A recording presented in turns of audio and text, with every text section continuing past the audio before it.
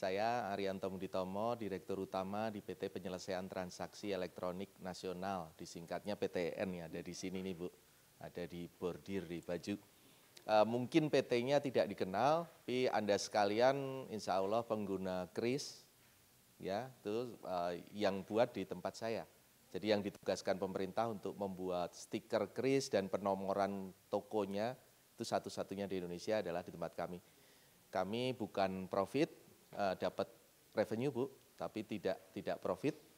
Jadi keuntungannya nanti dikembalikan ke Anda sekalian sebagai diskon tarif, sebagai pengurangan tarif, sebagai penambah fasilitas. Kalau di tol Anda ngetap kartu pembaca yang ada di gerbang itu juga kami yang memproduksi. Jadi tidak boleh lembaga lain. Jadi hanya kami yang membuat. Jadi kalau transaksi kris, kemudian kartu debit Indonesia ya, yang di Indonesia, kemudian sebentar lagi nanti akan ada kartu kredit Indonesia untuk retail. Kalau untuk pemerintah sudah ada, itu juga penyelesaian akhirnya di tempat kami. Jadi itu mungkin sekilas penjelasan sedikit tentang latar belakang saya. Hari ini saya akan sharing tentang risiko cyber industri perbankan. Risiko ini kita hadapi sehari-hari, tapi terkadang kita tidak sadar bahwa kita sudah terekspos sebuah resiko.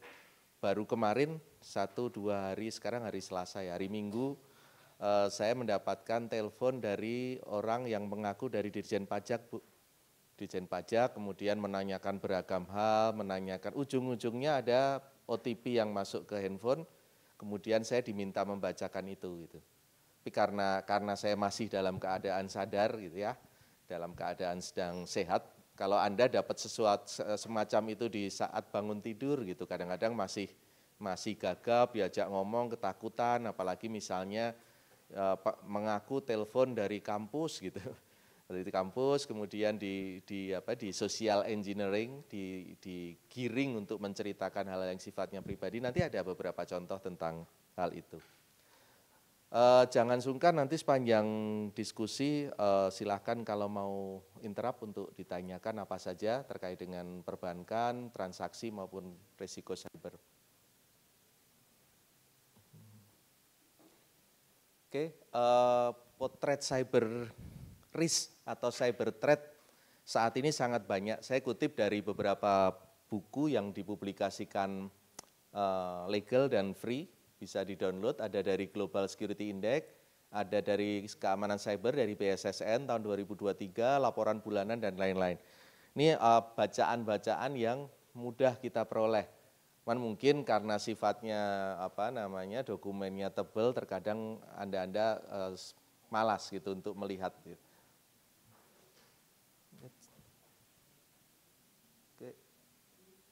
Nah, kalau kita lihat anomali traffic cyber di Indonesia ini sangat banyak.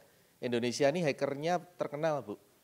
Hackernya sangat terkenal, bahkan Google Map pun bisa diganti kalau kemarin waktu tim sepak bola, timnas Indonesia merasa dicurangi oleh wasit Bahrain ya.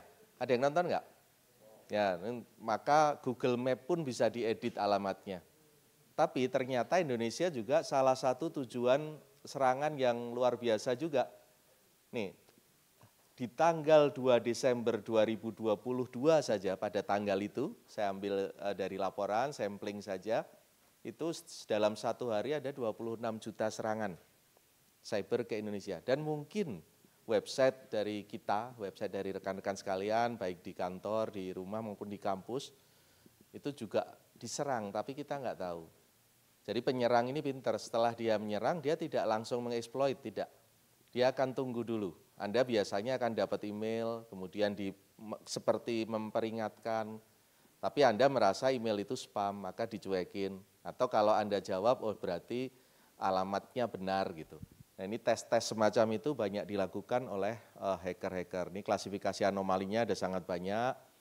Kemudian malware juga pernah sempat tren gitu ya, ada trojan masuk melalui email, kalau yang melalui WhatsApp sementara ini masih aman untuk yang iOS, kali untuk Android sudah banyak. Pernah dapat WhatsApp undangan pernikahan gitu ya, atau peringatan bahwa ongkos transfer akan naik, Anda diminta untuk ABCDE gitu. Nah inilah profil dari serangan cyber. Kasus peretasan di Indonesia juga sangat banyak. Ya, silakan.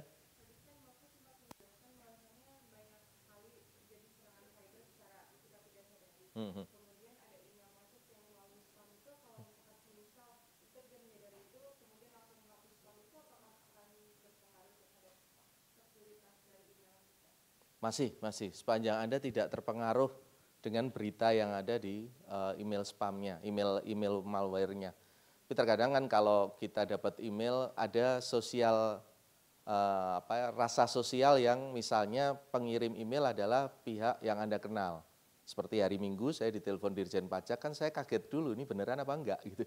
Karena di profile di WhatsApp-nya dia nelpon pakai WhatsApp, saya sudah curiga tapi pada saat kata-katanya teratur dan profilnya profil yang formal, kemudian saya lihat bisnis akun juga bukan personal akun, kan saya mau nggak mau menjawab. Tapi di ujung yang dimunculkan adalah pertanyaan tentang OTP. Nah pada saat OTP itu diminta, baru saya berpikir nih dia akan meretas aplikasi saya yang mana gitu. Di handphone Anda kan banyak sekali aplikasi ya. Ada Gojek saja sekarang ada risiko keuangannya karena ada GoPay. Tokopedia, ada Tokopedia Point. Bisa kirim dropshipper pula. Bisa saya beli, saya kirimnya ke tempat lain bisa. Kita bisa diakalin begitu juga. Yang juga akhir-akhir ini marah ada yang mengaku kirim barang. Kirim barang ada foto rumah kita, ada barang ditaruh, kemudian kita diminta bayar. Itu juga coba-coba karena alamat rumah Anda itu sudah ada di Google Street. Kalau kita ikuti Google Street itu ketahuan. Hanya Google Street ini yang kita kadang tidak aware gitu. Dia gambarnya sudah terlambat 2-3 bulan yang lalu atau 1 tahun yang lalu atau bahkan terkini 3 hari yang lalu. Nah itu mesti Anda waspadai gitu. Dia aman kalau belum dibuka, belum disentuh, tidak ada masalah. Email Anda Google ya. Kalau Google tuh anti spamnya juga sudah sangat baik. Hanya kita sendiri yang kadang-kadang membebaskan itu. Saya mengkategorikan email ini bukan spam, maka berikutnya dia akan masuk ke atas. Oke, ini contoh-contoh saja ada insiden cyber, ini ada pengiriman notifikasi yang sangat banyak juga diterima. Dan perusahaan-perusahaan besar termasuk kampus, rumah sakit jadi sumber sasaran juga. Karena kampus dan rumah sakit ini data pribadi orang sangat banyak. Di sekali bisa meretas kampus, hari ini misalnya saya dapat 57 orang. Dapat 57 orang yang bisa saya exploit gitu. Saya bisa akalin gitu.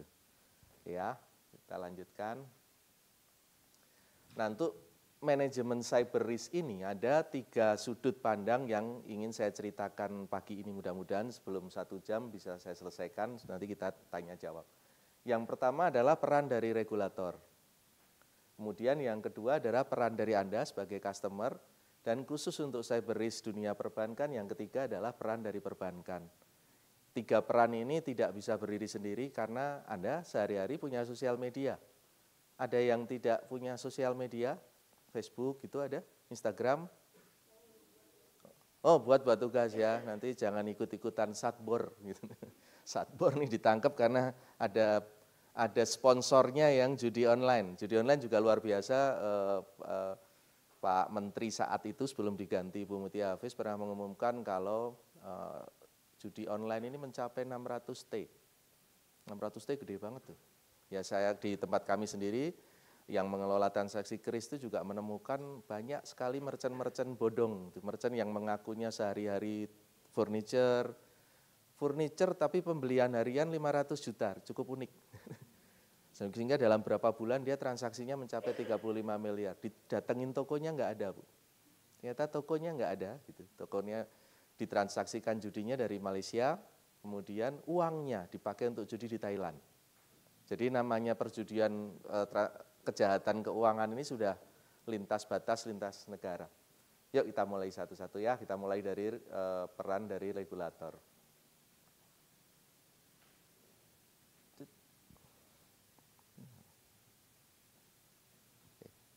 Singkat saja, regulator kita sudah sangat baik. OJK mengatur bank, Bank Indonesia mengatur pelaku sistem pembayaran. Gitu.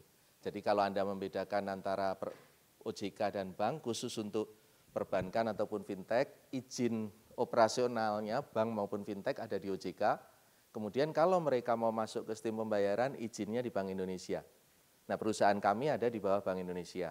Bukan anak perusahaan, tapi yang mendirikan adalah Bank Indonesia. Aturan Bank Indonesia sendiri, mungkin ini relevan dengan dunia akademis Anda, ada tugas menjaga stabilitas nilai rupiah, kurs rupiah terhadap mata uang asing, kemudian ada tugas menjaga stabilitas sistem pembayaran.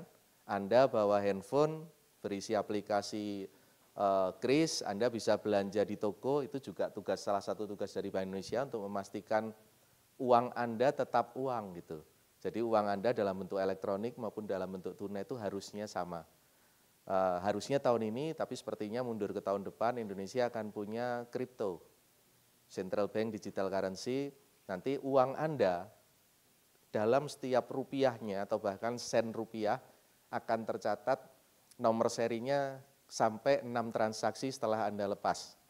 Kalau tunai sekarang uang kan tidak, uang fisik saya dapat gaji, kemudian saya ambil dari ATM, saya pun nggak ngelihat nomor serinya, kemudian saya pakai beli siomay di masjid ini belakang, itu langganan saya kalau bolos dulu di belakang sini, masih ada nggak siomay belakang sini? Masih ya, nanti kalau absen di situ sama mama sayang yang di belakang itu tempat bolos, saya jangan bolos loh, di sana pura-pura saja, pura-pura bolos, uangnya sudah hilang, apa yang dipegang Pak Siomay, yang dipegang warung belakang sudah tidak ketahuan milik siapa. Tapi kalau nanti jadi cryptocurrency, jadi digital currency, maka any sen tercatat. Gitu.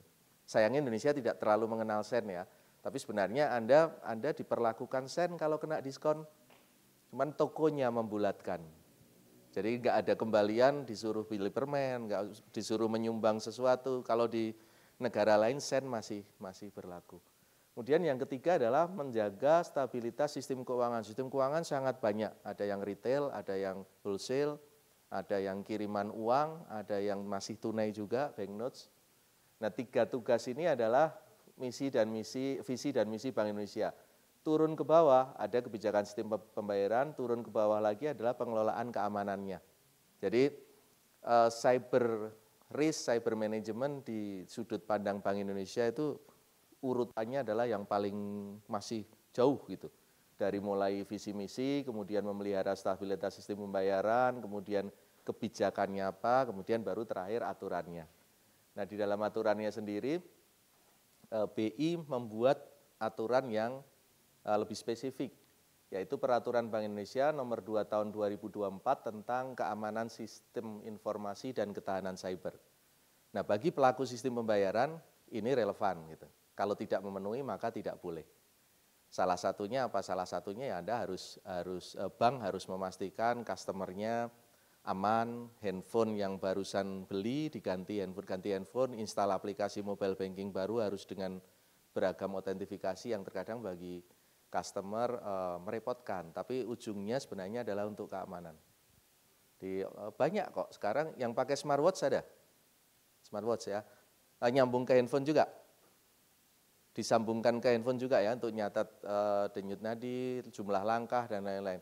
Nah, itu sudah data pribadi Anda sudah dikirimlah ke pabrik smartwatch itu.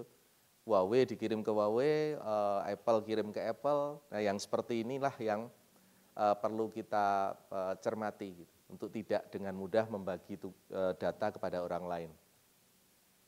Oke. Ini detailnya bisa kita lewatkan saja, ada banyak hal yang bisa dilakukan khusus untuk akademisi. Gambar seperti ini akan memunculkan banyak sekali peluang untuk penelitian, untuk membuat karya ilmiah. Tapi kalau itu akademisi, kalau praktisi tentunya ini adalah kerangka untuk membuat sebuah perusahaan atau sebuah proses bisnis menjadi govern gitu, tata kelolanya baik. Ya, kita lanjutkan. Nah, kalau saya rangkumkan dari pokok-pokok pengaturan PBI tersebut, kurang lebih ada tata kelolanya, tentang manajemennya, kemudian tentang pencegahan, nanti kita banyak cerita tentang pencegahan dan penanganan. Kalau pencegahan sebaiknya Anda sebagai customer harus sangat memastikan bahwa yang bisa mencegah serangan cyber itu Anda sendiri. Anda tidak bisa berharap orang lain. Kemudian yang terakhir adalah pengawasan. yang terjadi akhir-akhir ini yang kita dengar di lapangan banyak sekali, tahun lalu ada kasus BSI, peretasan, kemudian yang heboh sekali ada Pusat Data Nasional diretas juga, sementara dalam sehari-hari tanpa sadar data Anda bagikan. Anda bagikan dengan sosial media, Anda bagikan dengan Gojek terima data Anda lebih bagus daripada pasangan saya menerima data saya gitu. Anda punya Gojek semua ya, GoFood ada. Hari ini buka, Anda buka Nearme, lauknya beda dengan Anda buka di rumah. Nearme-nya ganti. Kalau Nearme di tempat saya ada Sogogi, mungkin kalau di sini ketemunya Hanamasa gitu, deket. Atau yang lagi rame itu pagi sore depan sini, lagi rame gitu. Tapi saya pindah rumah, pindah lokasi, Nearme-nya beda. Jadi handphone Anda akan selalu melaporkan keberadaan Anda setiap saat. Ada baiknya, ada tidak baiknya. Kalau sekian tahun yang lalu, tahun berapa kali Bu Nur ya, yang Osama bin Laden tuh dibom gitu. Saat dia ngangkat handphone dibom. Orang masih berpikir nih gimana caranya dia menerima telepon kok ketahuan lokasinya. Sekarang kita baru sadar bahwa hari ini kita ber-57 kalau lengkap ditambah saya, Bu Nur dan Mas Denny, 60 orang nih sudah lapor tanpa sadar ke Google. Jadi kalau Amerika mau kirim parcel ke kita, ketahuan alamat kita ada di mana dan eksak sampai kalau nggak salah 500 meter radius itu ketangkep gitu. Jadi kalau untuk serangan yang sifatnya kriminal, nanti ingin menyakiti itu sangat mudah. Oke, peran customer ini mungkin akan cukup bisa untuk self introspeksi karena ini yang terjadi di keseharian Anda sekalian. Ini ya, kita ada contoh saya ambil dari video. Jangan dilihat tokohnya karena tokohnya sekarang nikah gitu. Ibu Iris Bella. Nah, ini nanti saya akan setel video ini tanpa saya ceritakan isinya, nanti Anda silahkan berkomentar. Komentar terbaik saya beri hadiah gitu. Hadiahnya adalah fraud. Ya, kita lihat sama-sama, mudah-mudahan suaranya keluar. Mas, nanti kalau suaranya nggak keluar mohon dibantu ya. Halo, terima kasih sudah menerima telepon dari saya. Sebelum melanjutkan, bisakah Anda sebut 3 digit pertama PIN kartu Anda? Oh maaf, maksud saya 3 digit terakhir. Baik, semuanya sudah lengkap. Anda lihat apa yang saya lakukan? Ini adalah penipuan. Jangan pernah memberitahukan PIN password Anda kepada siapapun, termasuk kepada yang mengaku sebagai petugas bank atau operator Anda. Pelajari cara melindungi diri Anda dari penipuan. Oke, apa yang Anda bisa bayangkan dengan kejadian ini? Kejadian ini menimpa Anda setiap saat loh. Dan Anda suka nggak suka, suka nggak suka, suka. Gitu. Bahasanya sulit ya. Suka nggak suka, suka. Anda ke Matahari, kemudian diberikan iming-iming kalau Anda punya poin, pembelian berikutnya Anda dapat diskon 50.000, silahkan mendaftar di counter sebelah, di customer service, dengan melampirkan fotokopi KTP Anda. Pernah nerima tawaran seperti itu enggak? Enggak, di counter. Kalau telepon lebih ngeri lagi, telepon SMS, WA itu lebih ngeri lagi. Pernah suruh fotokopi KTP, nanti diiming-iming dapat Ioniq 5 gitu. Ya masuk kita naruh fotokopi KTP terus dapat peluang Ioniq 5 kayaknya kok enggak. Tapi saat Anda emosional Anda sedang beda gitu, sedang tidak konsentrasi, maka permintaan data seperti itu akan mudah Anda berikan. Apalagi yang telepon sudah mengengineering Anda sebelumnya. Telepon kemudian ayo siapa nih, mosok sih nggak ingat saya, kemudian Anda menebak, oh ini Pak Arianto ya, oh iya betul sekali, oke berarti orang itu kalau ditelepon Pak Arianto akan jawab. Dia tunggu lagi seminggu kemudian ditelepon lagi, saya Arianto yang kemarin telepon masih ingat nggak, mulailah dialog muncul. Mulailah diajak ngobrol yang seperti tadi. Tokoh di dalam video ini menyampaikan dengan sederhana dia akan dapat 6 PIN. Hanya dengan dialog tidak lebih dari 1 menit. Gitu. Jangan bayangkan Anda sedang kondisi sadar ya, tapi kalau Anda sedang kondisi tidak sadar maka mudah sekali dapat PIN Anda. Nah, apa pendapat Anda tentang video ini? Apa yang bisa Anda bayangkan atau Anda pernah rasakan modus-modus yang semacam ini? Silakan. Ya, silakan.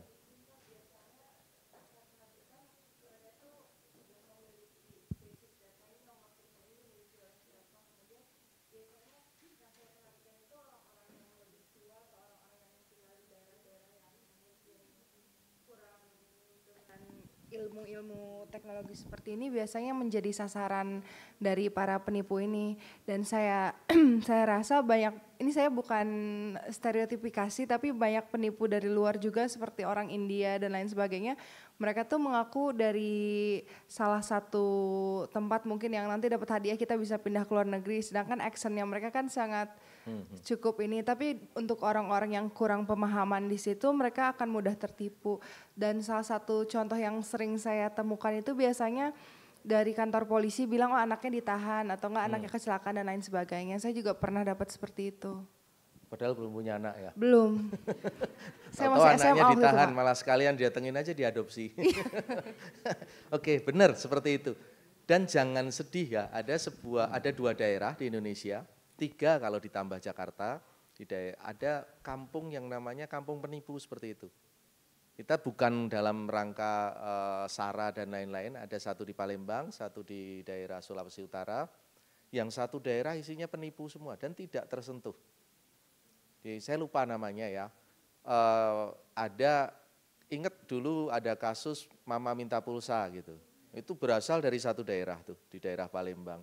Kemudian ada lagi yang cerita tadi anaknya kecelakaan, masuk rumah sakit, tidak bisa dihubungi gitu. Itu ada di daerah, sumbernya ada satu area. Nah sekarang ini case-nya sekarang lagi diangkat sebagai human trafficking ya. Memperkerjakan orang dengan tidak legal di luar negeri. Jadi di Filipina itu ada, di Manila ada komplek apartemen isi 6 atau 7 tower, yang 3 towernya adalah isi orang Indonesia, yang tugasnya adalah menelpon orang Indonesia, baik menawarkan produk maupun melakukan penipuan-penipuan yang terkait transaksi. Anda ditelepon orang Indonesia, yang ada pikiran Anda penelpon ini dari Indonesia, dan itu belum tentu. Anda pernah terima telepon WhatsApp kalau pasang scam unknown caller yang di blok itu kan bisa ya. Kalau di Android keluar suspected spam gitu. Itu ada yang nomor beneran, ada yang tidak nomor beneran. Ada yang nomornya plus 001, jadi dari Amerika nelpon, kan logikanya nggak mungkin orang Amerika nawarin kartu kredit kepada orang Indonesia melalui telepon dari Amerika gitu. Tapi pada saat Anda di engineering, di soceng kalau istilah OJK dan BI, dilakukan social engineering di situ, engineering sosial, maka Anda bisa terpengaruh untuk diajak ngobrol. Terima kasih. Ada komentar lain? Silakan. Ini para korban silahkan sharing loh ya. Jangan sungkan. Kelasnya kan kelas bebas. Ya Pak, izin kalau dari saya menambahkan dari Mbak Bianca, mungkin saya menggarisbawahi bahwa di sini singkat saja Pak, bahwasanya yang tadi dari video yang disampaikan, yang saya bisa garis bawahi adalah pentingnya literasi akan penjagaan informasi pribadi. Jadi ketika mungkin dari masyarakat kita bukan tidak peka dalam hal tersebut, tapi karena tidak tahu.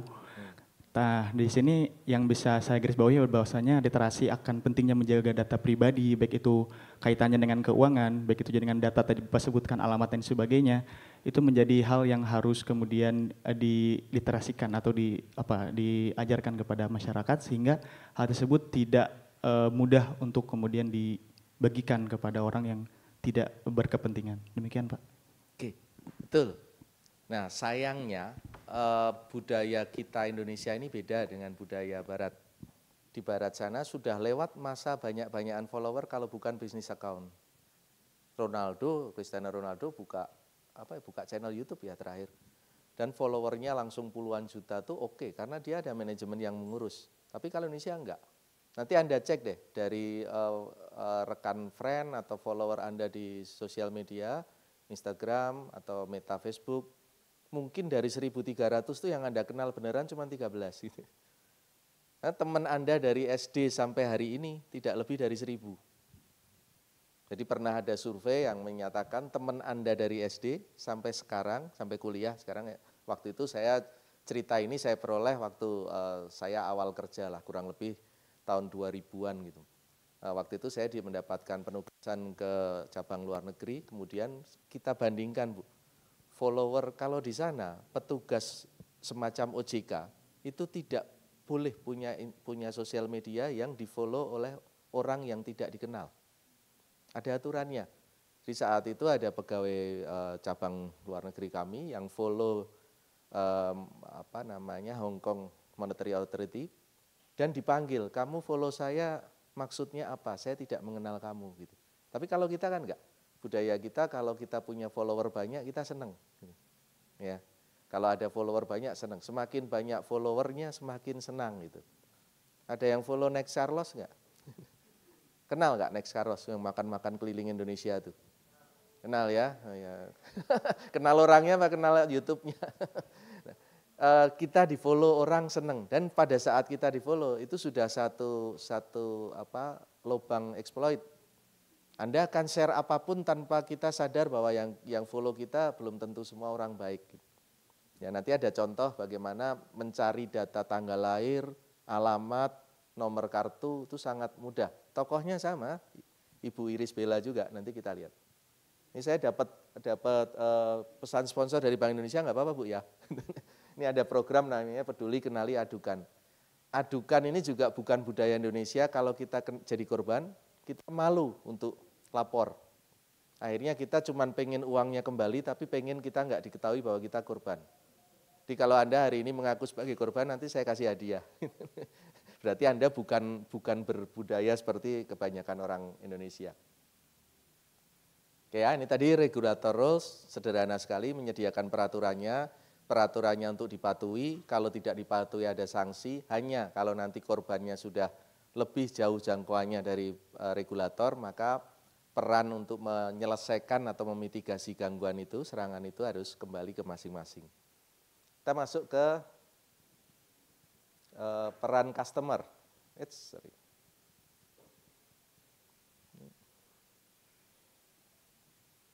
Peran customer itu meningkatkan kesadaran dan kepedulian, memilih produk layanan dan aman, dan membangun budaya keamanan.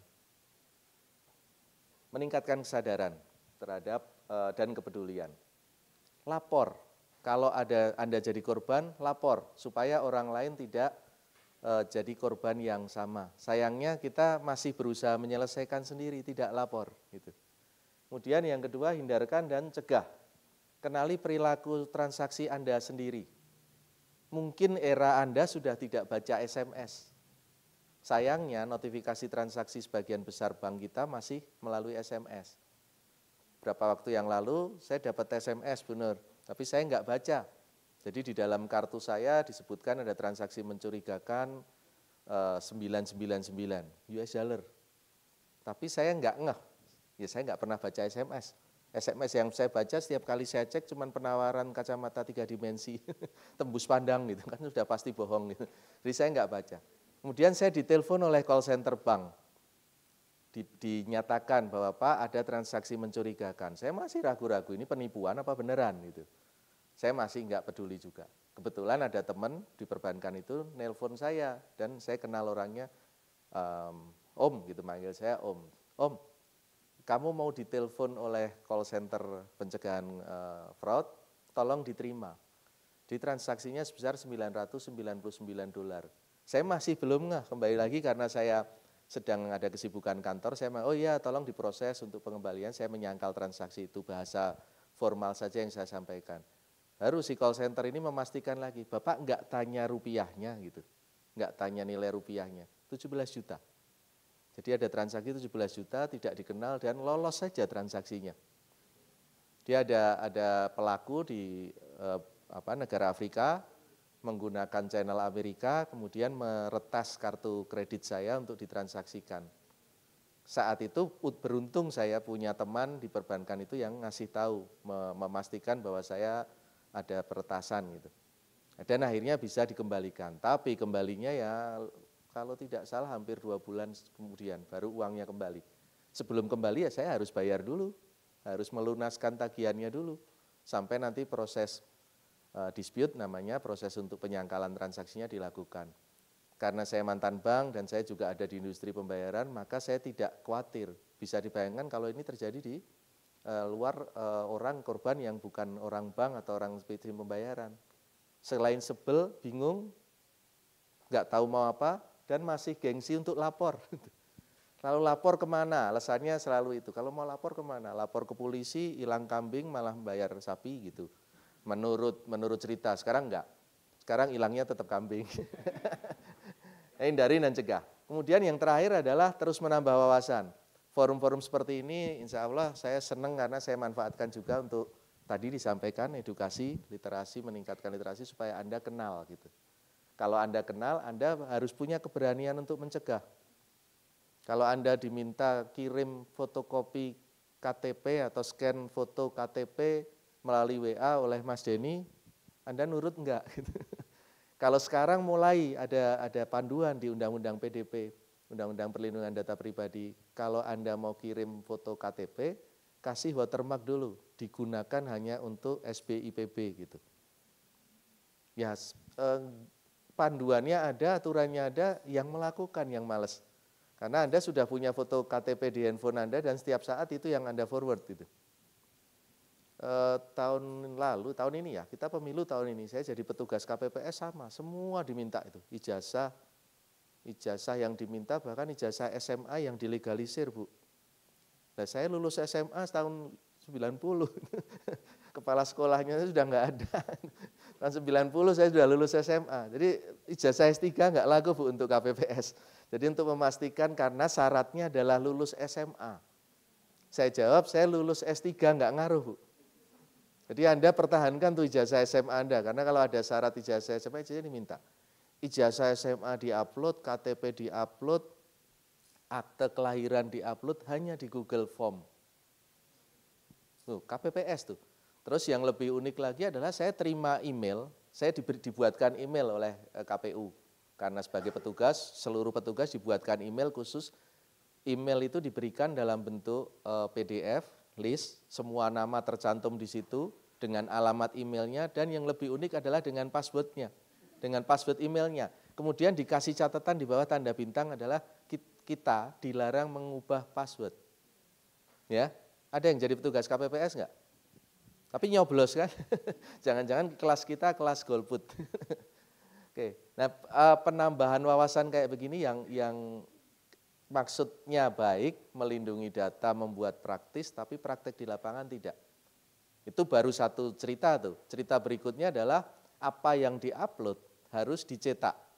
Kemudian dicetak, dikirim ke KPPS kelurahan.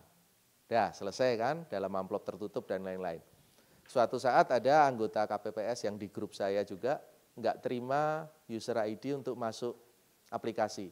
Kemudian disuruh datang ke kelurahan untuk cek. Ngeceknya sederhana sekali, Bu. Jadi tumpuan itu ternyata sudah dibuka, terus diminta cari sendiri di situ. Data yang dikumpulkan itu apa saja. Kemudian datang ke sebuah loket untuk dibuatkan user ID baru. Sederhana sekali, tapi artinya apa? Anggota teman saya, rekan saya, anggota KPPS waktu datang ke kelurahan, dia bisa membaca semua data yang ada di situ. Karena kardusnya ditunjukin, oh ini dari RT 02, RW 11, Cibubur, silahkan ambil di kota ini, silahkan cari amplop Anda, buka, tunjukkan ke kami buatkan user ID baru. Gitu. Itu ketiga hal ini tidak difasilitasi oleh kalau di Undang-Undang PDP itu namanya pemproses data, pengendalinya kita sendiri.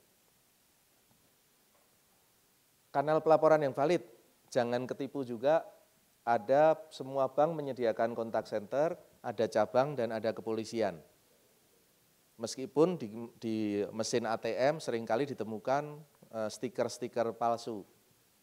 Tapi Anda sekarang mostly bank apa yang Anda punya?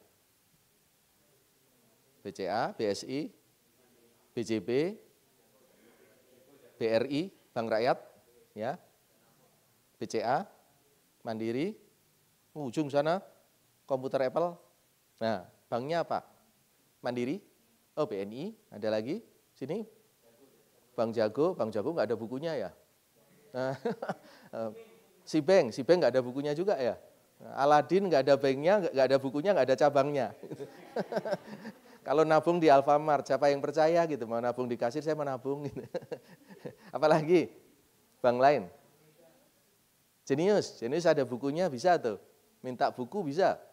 Ya, kalau kartu kan dikirim ya. Apalagi Bank Mega masih lengkap, ada buku, ada teller, ada ATM, ada macam-macam yang Bank-bank yang tadi disebutkan, Sibank, Jago nggak ada ATM-nya.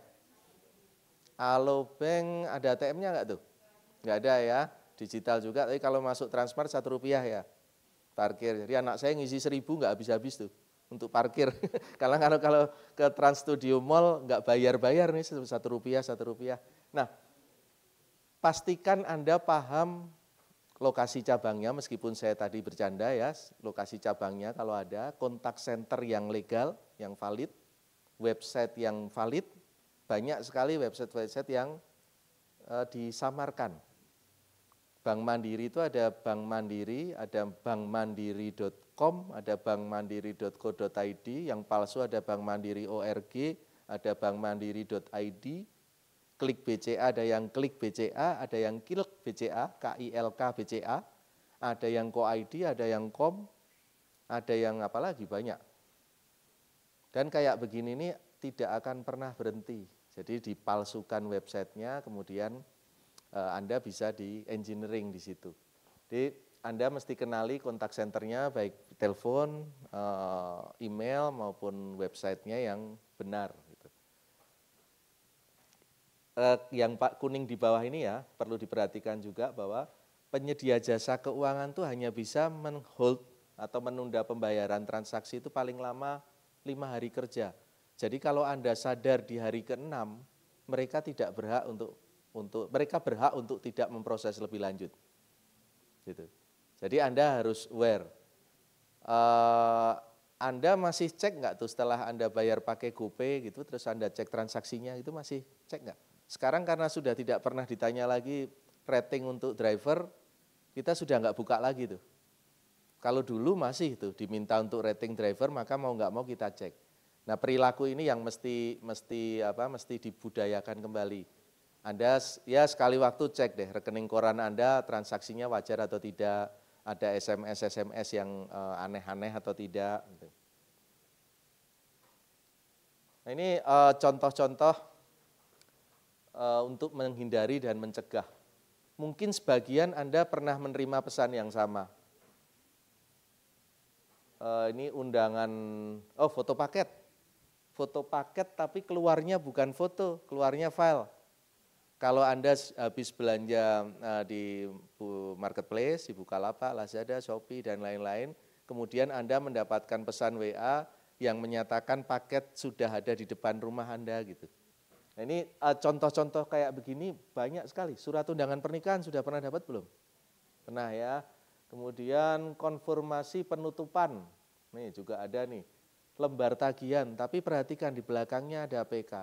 Ada yang menyarukan, menipu dengan sebelum APK tuh kasih dot dulu, PDF atau apapun gitu, ada doc, tapi ternyata belakangnya APK juga. Karena nama file kan boleh dua titik. Misalnya undangan.pdf.apk, di belakangnya ternyata APK. Nah, APK ini masih relevan untuk penipuan handphone berbasis Android. Kalau untuk iOS saya belum menemukan, karena APK-nya bukan APK yang semudah Android untuk diretas. Gitu. Oke, jangan terpancing untuk buka yang begini-begini ini. Ya lebih baik Anda hapus ya. Kalau misalnya itu undangan beneran, ya pernah saya dapat undangan beneran, saya nggak respon di telepon, kamu saya dikirimin undangan nggak respon gitu. Sosial media, sudah ada belum teman? Kayaknya dosen kita pernah Bu ya, yang nomornya diretas juga, profilnya dipakai. Kalau nggak salah Bu Anggra ini. Bu Nimi pernah, jadi Bu Nimi pernah, Bu Anggra ini pernah, fotonya foto-foto beliau, nomornya baru, statusnya pun sama, tapi permintaannya adalah penipuan, kirim uang, transfer gitu. Bu Nimi ya, Bu Nimi, Bu Anggra ini pernah. Ini plus minus, generasi Anda suka berbagi foto dan event, sementara penipu di sana menunggu itu. Nanti di Mas ini handphone saya nggak ada profilnya, nanti jangan disebar ya. Handphone saya kosong, nggak ada profil, saya nggak pasang profil gitu, nggak pasang foto. Ya, hindari. Ini juga, kalau ini saya sering temukan di Telegram. tawaran lelang, tawaran beli barang sitaan dari Pegadaian gitu. Ya logikanya ya kalau ada batang emas antam yang harga 1 gramnya sekarang 1,3 juta dijual di 900.000, logika Anda seharusnya menolak itu gitu. Karena dia lebih baik jual di harga pasar saja sudah recover gitu. Jadi sepertinya nggak mungkin ada emas batang dijual di harga lebih murah dari harga pasar. Tapi kembali lagi kalau Anda sedang dalam posisi emosionalnya tidak stabil, sangat mudah Anda di engineering seperti itu. Ada yang pernah ketipu enggak? Jangan sungkan untuk sharing. Anak ayahnya pernah ketipu apa? Beli. Beli handphone dapatnya kambing. Malah bagus. Nah. Harga handphonenya tuh jauh lebih murah karena waktu itu handphonenya sedang rusak. Jadi kebetulan, ini butuh buru-buru kan Pak. Jadi karena butuh buru-buru, dapat iklan itu secara cepat langsung transfer tanpa dilihat dulu. Ternyata penipuan, uangnya hilang, barangnya nggak ada. Ya, belakang ini ketipu yang asik gitu. Ketipu tapi senyum. Belakang ketipu tapi nangis kayaknya. Sebenarnya bukan lebih ke ini Pak, saya mau konfirmasi Bapak tadi bilang masalah Dirjen Pajak KPP. Jadi minggu kemarin sama kejadiannya mungkin kayak yang Bapak alami hari juga. Minggu ya?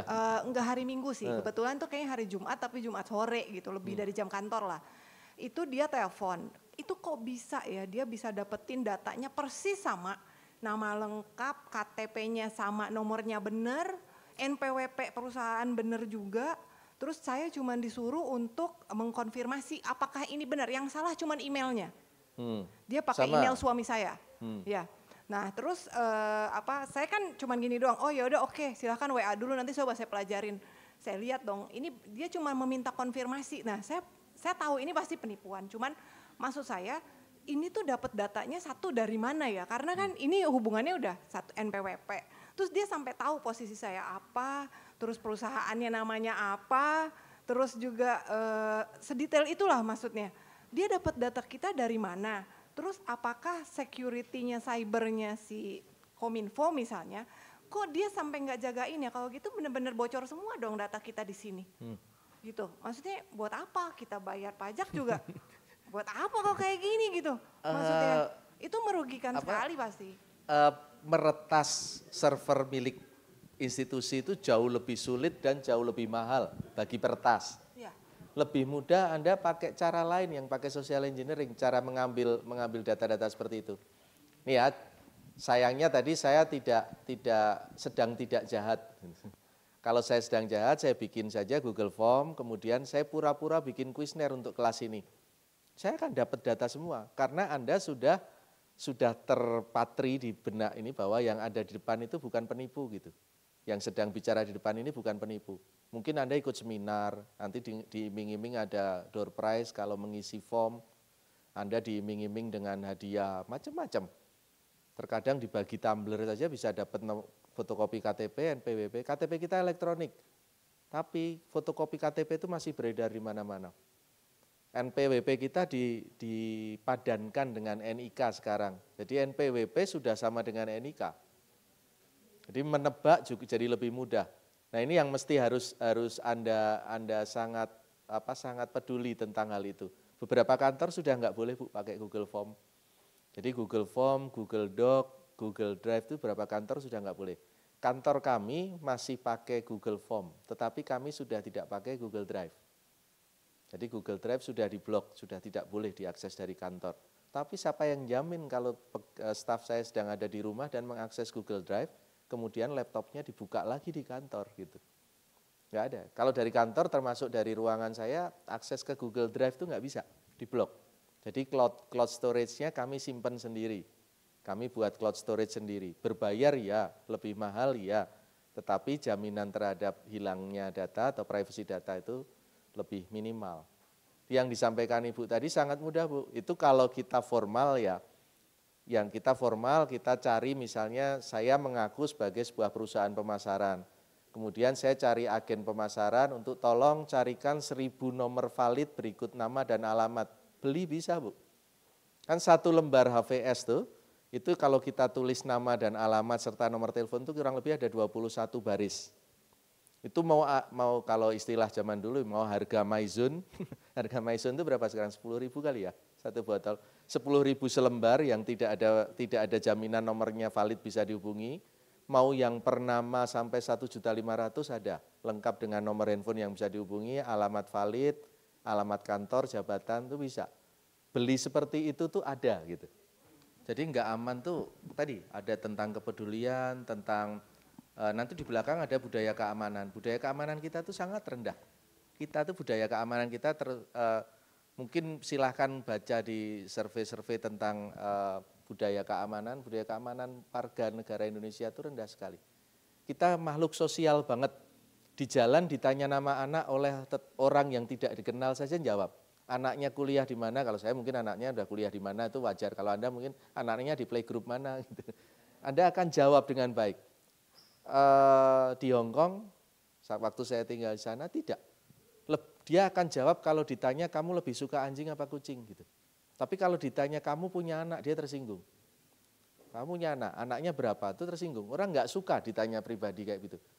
Kalau Anda bepergian naik bus, sebelahnya adalah orang yang tidak dikenal sama sekali, 15 menit kemudian segala macam Anda ceritakan.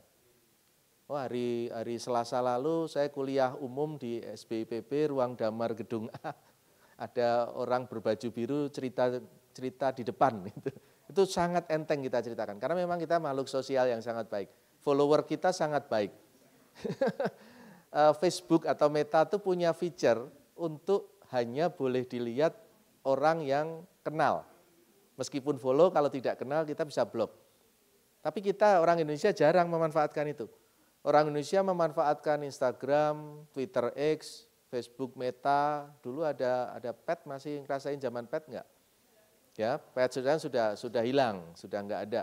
Itu semua untuk chatting. Jadi di dalam kolom itu semua saling berbalas cerita. Padahal waktu diciptakan kan bukan untuk itu. Ada perangkat chatting yang namanya WhatsApp, ada apa lagi? Ada Line, itu memang diciptakan untuk chatting. Tapi orang Indonesia akan chatting di situ.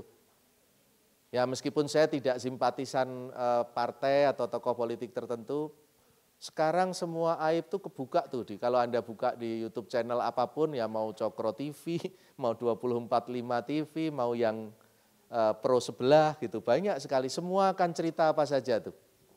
Dan semua beritanya diperoleh dari sosial media. Nah ini nanti di budaya keamanan akan kita lihat satu-satu ya, budaya keamanan seperti apa. Kementerian Dirjen Pajak, Dirjen Perbendaharaan Negara melelang tas gitu. Sesuatu yang tidak mungkin, tapi kalau Anda sedang pikirannya sedang tidak fit, yang kayak begini tuh akan Anda baca tuh. Padahal nggak mungkin, ngapain Dirjen Perbendaharaan Negara melelang tas bermerek gitu. Hasil sitaan tapi ini sering. Saya ikut Telegram tuh karena Telegram banyak berita-berita bagus juga, ada Kompas, ada Tempo, yang secara free kita bisa ikut baca summary-nya. Nah itu iklan-iklan semacam ini banyak sekali. Dan terkadang tertarik juga gitu. Ini kok piknik atau umroh di murah gitu, mau nggak mau saya baca. Padahal pikir-pikir logikanya jadi nggak mungkin, 7 juta kok bisa umroh gitu. Ya. Nah ini meminta korban untuk lelang. Ini pernah dapat kayak gini nggak? Saya pernah nih. Email yang SMS atau WhatsApp yang isinya huruf aneh. Ini saya nggak tahu nih huruf Thailand apa huruf Myanmar gitu. Jadi kalau kita klik sesuatu dia akan lari ke tempat lain yang kita nggak bisa tebak. Sebaiknya memang yang seperti ini langsung diblok saja. SMS ngebloknya rada sulit ya. Tapi kalau WhatsApp kita masuk blok dan report as spam tuh, kalau Anda mau iseng report as spam aja teman Anda. Nggak bisa dipakai lagi nomornya untuk WhatsApp. Ya. Ini kayak begini ada, kemudian contoh pesan palsu banyak. Ini bukan orang yang ngajak kita ngobrol, tapi robot. Robot ini akan mengarahkan ke penipuan yang lain. Ini kalau Bank Indonesia dan OJK menyebutnya sebagai SOCENG, social engineering. Jadi merekayasa secara sosial. hati-hati kalau kenalan di transportasi umum, kemudian nanti dikirimin WhatsApp, orang bisa mengambil data Anda dari mana saja. Sekali naik bus, misalnya, kemudian bergerak dari gerbong ke gerbong yang masih bisa dijangkau, Anda akan terima banyak sekali data baru tuh. Orang diajak kenalan, diajak tukeran WhatsApp, foto bareng, nanti sharing, itu mudah sekali. Dan sebisa mungkin jangan Anda yang jadi korban. Tapi lebih penting lagi ya Anda jangan jadi pelaku, lebih jahat itu. Seperti ini pernah dengar?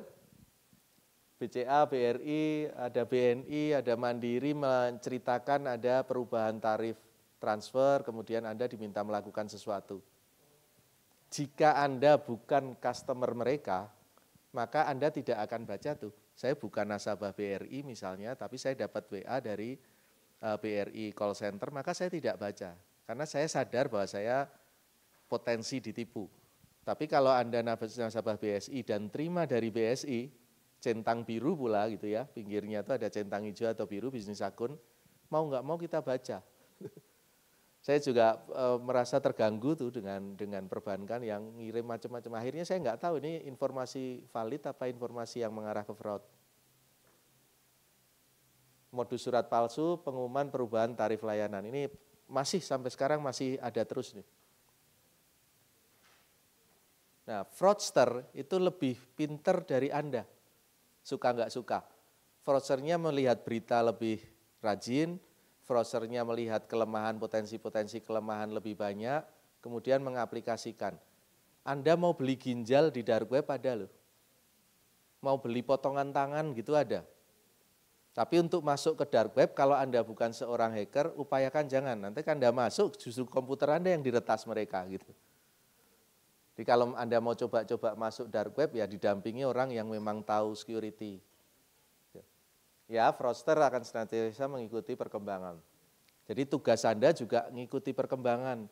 BSSN diretas dengan kasus PDN, itu kan yang malu BSSN. Tapi BSSN ini satu-satunya badan cyber nasional tuh. Tidak ada badan cyber nasional selain BSSN di Indonesia.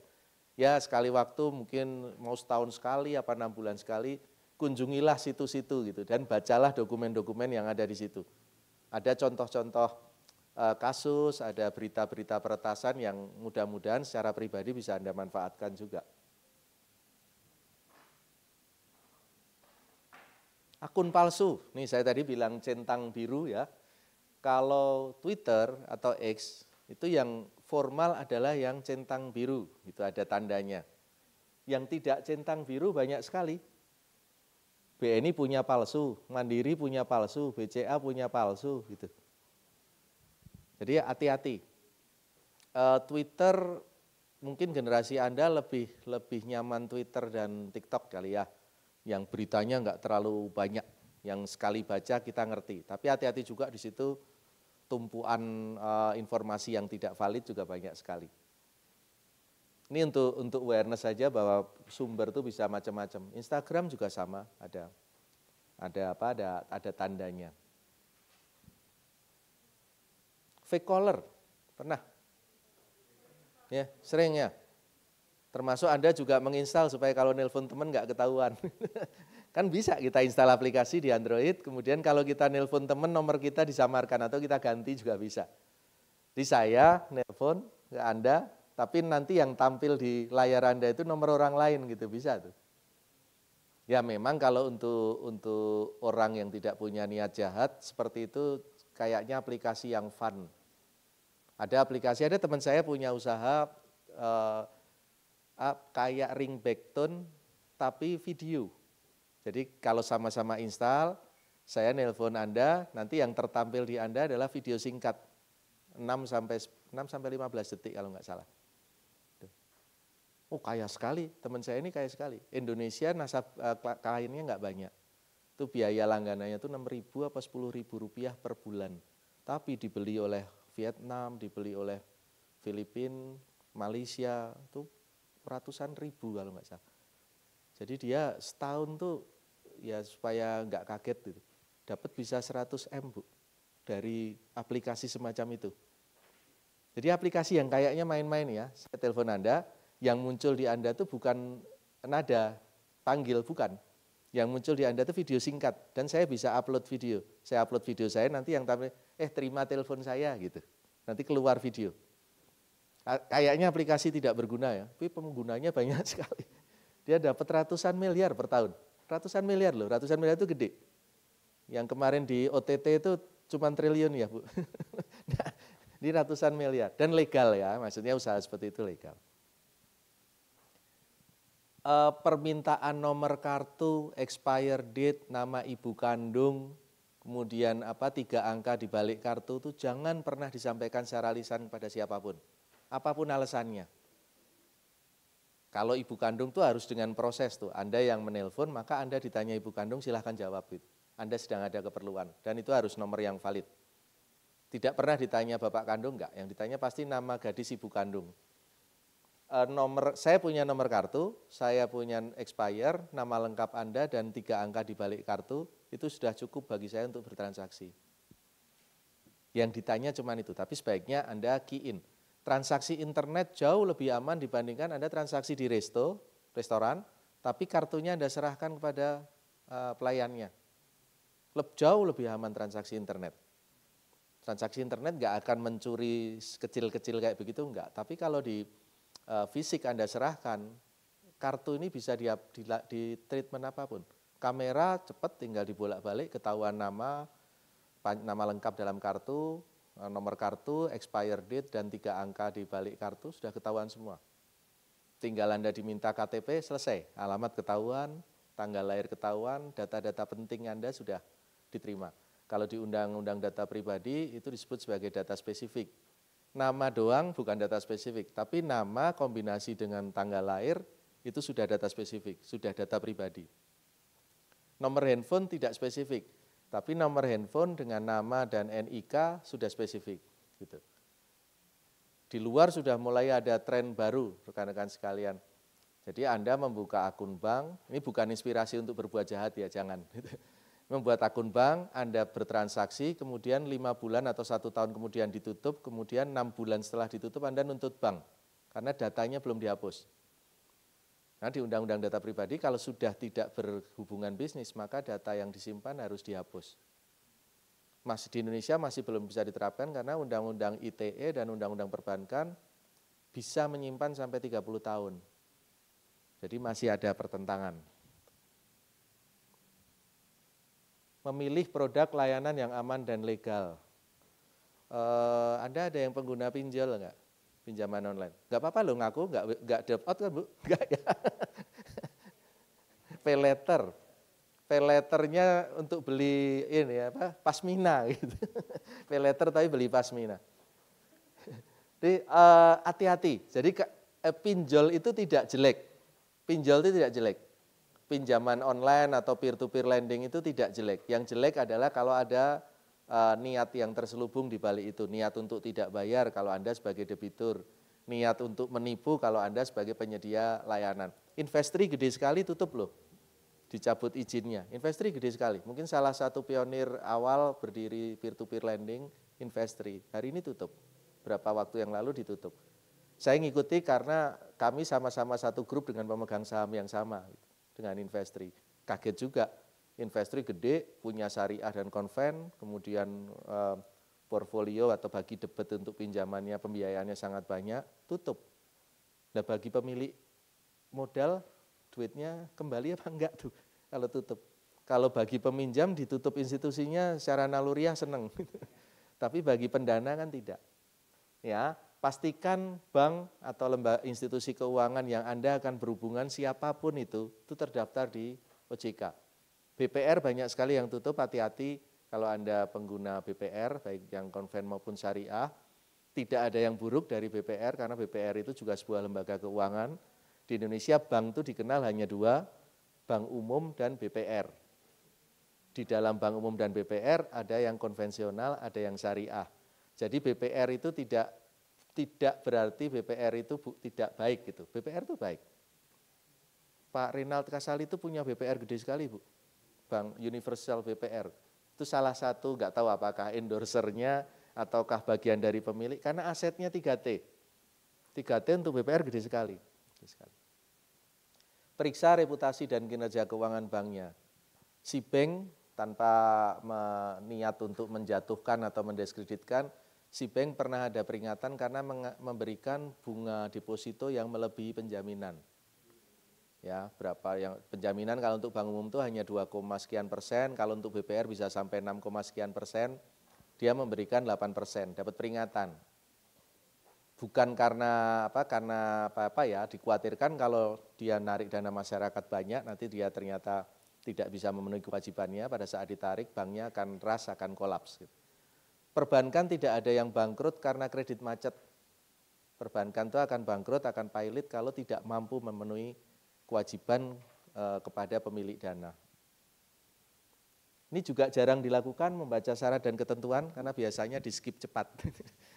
Nah, scroll surut ke atas, cari tulisan agree, setuju, centang agree gitu. Ini lazim. Saya tanya ke pengguna lain, Livin Mandiri lain itu tidak ada kejadian yang sama. Awalnya saya mengira, oh ini upaya Mandiri untuk menjaga keamanan karena tidak bisa diakses lewat wifi, tapi bisa menggunakan paket data begitu. Tapi muncul kecurigaan lain di mana kenapa nggak semua pengguna Livin diperlakukan sama begitu Pak? Apakah si Mandirinya sedang proses ada retas dari pihak lain atau bagaimana begitu? Karena hanya beberapa pengguna dari beberapa teman yang saya tanya, cuma satu yang sama dengan saya pernah punya pengalaman sama begitu sih Pak. Oke, saya menerima case semacam ini beberapa tuh, ada BSI pernah, kemudian kalau yang BNI ada yang menggunakan BNI enggak? BNI ada 2 aplikasi sekarang, BNI Mobile Banking dengan Wonder ya, Wonder, enggak pakai E-nya, enggak ada E-nya, Wonder gitu. Nah, mungkin secara teknis ada kendala. Karena Wonder ini juga digunakan bersamaan dengan mobile banking yang lama, masih bisa tuh. Jadi dua-duanya on tuh bisa. Saya transaksi pakai BNI Mobile yang lama, nanti di Wonder keluar notifikasi dan sebaliknya. Ini rentan sekali ada masalah kalau 2 akun itu dipakai yang berbeda. Ibu dianjurkan untuk tidak pakai wifi, tapi sisi lain BSI pernah menganjurkan pakai wifi. BSI kalau tidak bisa dipakai, pakai wifi gitu. Jadi secara teknis Anda mungkin sedikit tidak terinfo gitu ya. Apple, iPhone itu punya masa update OS-nya lebih panjang. Jadi kalau Anda masih pakai iPhone 10 ya, iPhone XR, 10 gitu, kemudian kalau nggak salah sampai SE berapa gitu ya, sampai sekarang masih bisa install iOS 18. Tapi Android tidak, Android hanya menjamin dua versi setelahnya. Kalau beli di versi tertentu maka hanya bisa 2 versi setelahnya. Nah bisa jadi aplikasi-aplikasi ini tidak update, bisa juga. Tapi memang nggak ada rule of thumb tuh, ada yang menganjurkan pakai paket data lebih bagus, ada yang menganjurkan pakai wifi lebih bagus. Kalau Anda sedang ada di luar negeri, hemat saya dari pengetahuan yang saya pernah peroleh, pakai paket data lebih aman dibandingkan pakai wifi. Ya, kalau sedang di luar negeri, karena kita nggak tahu. Saya pernah ada di Myanmar cukup lama, di sana tidak ada paket data seluler. Tapi wifi gratis di seluruh kota. Jadi berhenti di halte bis, gitu ada wifi, kita bisa login gratis. Tujuan pemerintahnya adalah mengendalikan akses internet. Jadi artinya apa? Artinya kita akses apapun pemerintah bisa kendalikan, baik ngeblok maupun ngebuka. Di Indonesia enggak, Indonesia aman lah, tidak. Wifi gratis sekarang jarang sekali di Indonesia. Dulu pernah ada era kalau rumah makan enggak ada free wifi atau hotspot, kita enggak masuk. Sekarang sudah enggak, sekarang sudah pakai paket data gitu. Jadi bisa jadi potensi peretasan mungkin, tapi bisa jadi karena memang stabilitas aplikasinya kurang pas. Living kayaknya baru diupdate juga ya.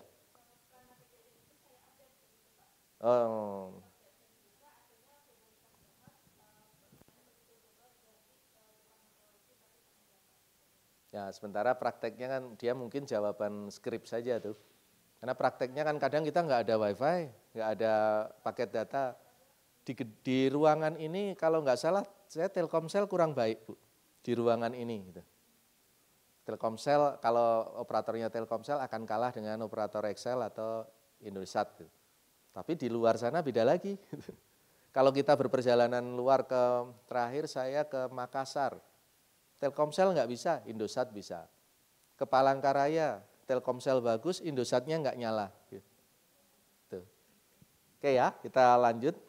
Masih ada 420 slide lagi, mudah-mudahan selesai Bu.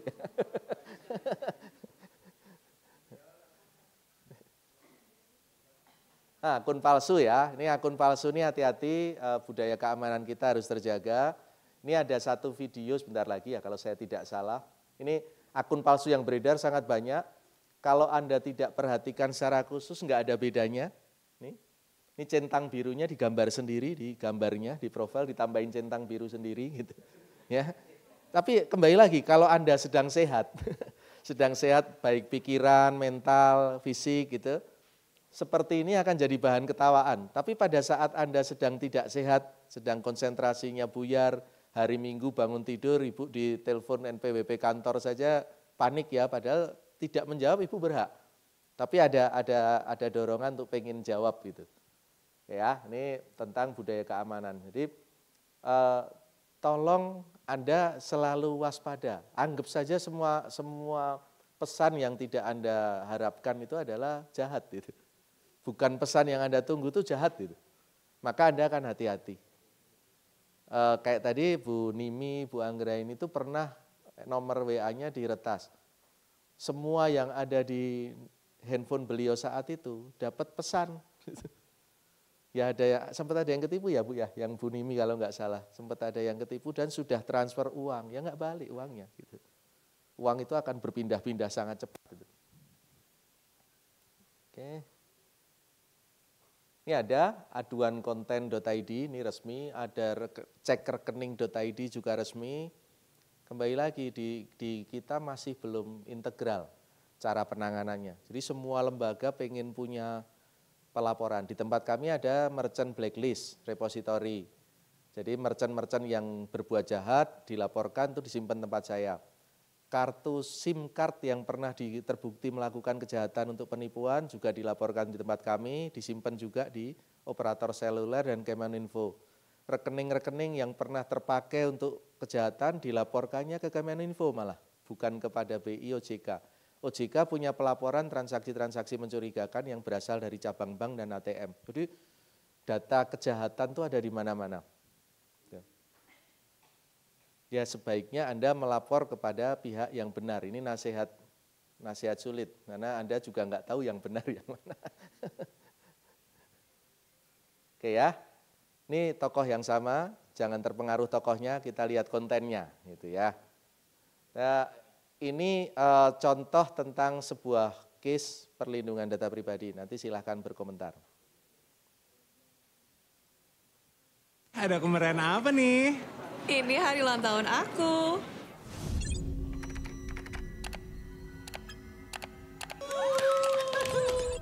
Ada baiknya untuk dibagikan, tapi pastikan kamu merahasiakan informasi data pribadi atau seseorang dapat merampas banyak uang dari kamu.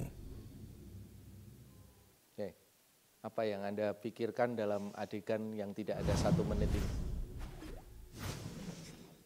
Semua bisa dicuri. Dan kalau Anda backtrace gitu ke sosial media Anda, mungkin momen-momen lokasi yang di-share kurang lebih sama. Kita ulang tahun, ada teman-teman datang jam 3 pagi, ngagetin gitu. Kayak video-videonya siapa tuh, yang Ranch Family CS itu. Dan banyak adegan-adegan seperti ini. Yang akhirnya apa? Data-data pribadi itu muncul.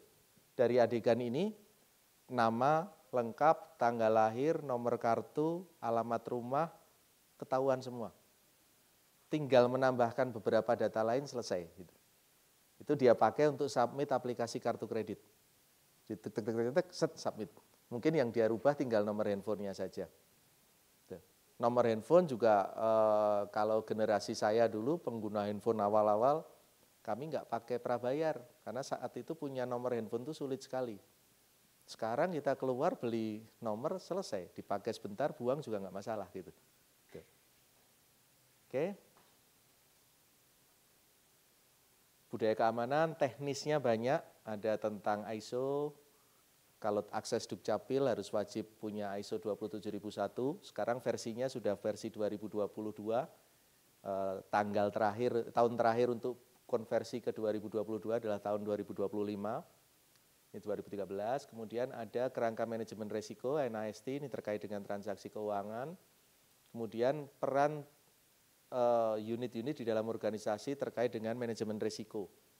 Banyak, ada unit kepatuhan, ada internal audit, ada audit IT yang dari eksternal. Ini banyak hal yang bisa kita manfaatkan untuk secara governance untuk menjaga keamanan cyber. Ini isinya saja, ISO 27001 itu standar keamanan. Anda mengganti password email Anda rutin enggak? Rutin ya? Enggak. Satu manggut tapi lip sync sebelahnya adalah enggak. Jadi kalau Anda digabung unik, enggak. Kalau di kantor saya setiap 1 bulan dipaksa ganti, didorong untuk ganti. Yang sebel siapa ya? Saya. Lama-lama saya kehabisan password. Karena password 6 ke belakang enggak boleh dipakai. Jadi hanya boleh pakai password 7 bulan yang lalu. Gitu. Jadi 6 sequence kalau setiap bulan saya ganti dengan paksaan ya. Memang sebaiknya mengganti itu tidak dengan paksaan, mengganti itu atas kemauan sendiri, maka sequence-nya bisa kita atur. Tidak boleh misalnya password saya PTN 01 dirubah PTN 02, enggak boleh. Ada rasio berapa karakter yang boleh di-reuse. Nama pribadi enggak boleh, nomor pegawai enggak boleh, tanggal lahir enggak boleh. Nah, ide apa lagi gitu. Tanggal lahir pasangan, ribet lagi. Nanti kalau suruh ganti, masuk ganti pasangan kan enggak ya. Kan ganti passwordnya doang gitu. Nama anak masih bisa dipakai. Anak saya cuma 2, anak susah, nyari nama lain nggak boleh. Namanya disamarkan nggak bisa. Misalnya PTN jadi PT3N, dia mesin anti fraudnya sudah kenal. PTN E-nya diganti angka 3 kan, untuk menyamarkan juga nggak boleh. Jadi harus ganti yang sama sekali baru minimal 6. Jadi saya punya password setidaknya 12 untuk 6 dan 6 supaya tidak berulang di 6 mundur gitu. Jadi salah satu kerangka dari manajemen risiko versi ISO 27001 ini adalah mewajibkan kita mengganti. Di kantor, ini ada yang sudah bekerja belum? Ada nggak? Ada bekerja ya. Di kantor masih ada nggak tuh PC atau laptop yang ada post-it? Post-it ditempel yang isinya adalah user ID password, yang isinya adalah folder yang dipakai gitu. Ada ya, kemudian kertas nota internal kantor, memo internal kantor yang di bagian bawah ada foldernya. Foldernya ada di C, garis miring, Arianto, garis miring dokumen, garis miring sekian, nama filenya apa. Zaman masih ketik manual, barang-barang seperti ini berguna sekali untuk traceback kalau ada apa-apa. Tapi pada saat sekarang terakhir saya lupa ya kasus di mana gitu. Tapi akhirnya difilmkan di film Korea. Ini yang masih gemar film Korea ada nggak? Nah, saya sebenarnya nggak gemar, tapi anak dan istri saya nonton Bu. Jadi mau nggak mau saya jadi ikut-ikutan nonton Queen of Tears, nonton apa lagi macam-macam gitu. Yang terakhir apa gitu. Saya nonton, saya cuma nanya ini Sonji mati nggak? Gitu, Papa tahu gitu. Padahal saya nggak tahu sih, cuma dengar. Nah itu ada tukang sapu di Bursa Efek di Korea yang sukanya adalah ngecek kertas-kertas yang dibuang oleh para dealer. Dari kertas yang dibuang ini dia jadi tahu saham-saham apa yang akan naik atau akan turun secara potensi. Jadi tiga kelompok tukang sapu ini ibu-ibu sudah berumur, 3 orang ibu-ibu ini kaya raya. Tapi dia tetap bekerja di situ sebagai cleaning service di film itu ya. Di kejadian sesungguhnya jangan-jangan orang kaya beneran ini. Tapi dia tiap pagi tiap saat mengambil sampah yang dibuang, kemudian dia baca, kemudian dia analisa saham-saham apa yang akan naik, akan turun, maka dia bertransaksi. Gitu ya. Oke, ini NIST. NIST itu sebuah standar keamanan di Amerika, fokusnya pada identifikasi, evaluasi, dan mitigasi. Identifikasi dan evaluasi sering kali dilakukan pada saat ada kejadian. Tapi mitigasi jarang sekali. Kita secara pribadi pun mitigasi kita rendah. Ibu ada kasus, ditanya NPWP, tapi 5 bulan kemudian ditanya lagi tetap jawab gitu. Jadi mitigasi kita berkurang. Di negara seperti India, identitas pribadi ini tidak lagi dalam bentuk angka, tapi diterjemahkan dalam biometrik, muka, retina, sidik jari, sidik tangan gitu. Jadi tidak lagi dalam bentuk angka. Penerima bantuan sosial di sana tidak diberikan kartu, tapi identifikasinya dari biometrik, maka tidak bisa dipalsukan. Dan sangat teliti. Yang utama adalah sidik jari. Tapi mohon maaf, ada orang yang nggak punya sidik jari karena memang tangannya cacat misalnya, maka dia dibolehkan pakai retina. Gitu. Jadi pakai retina mata.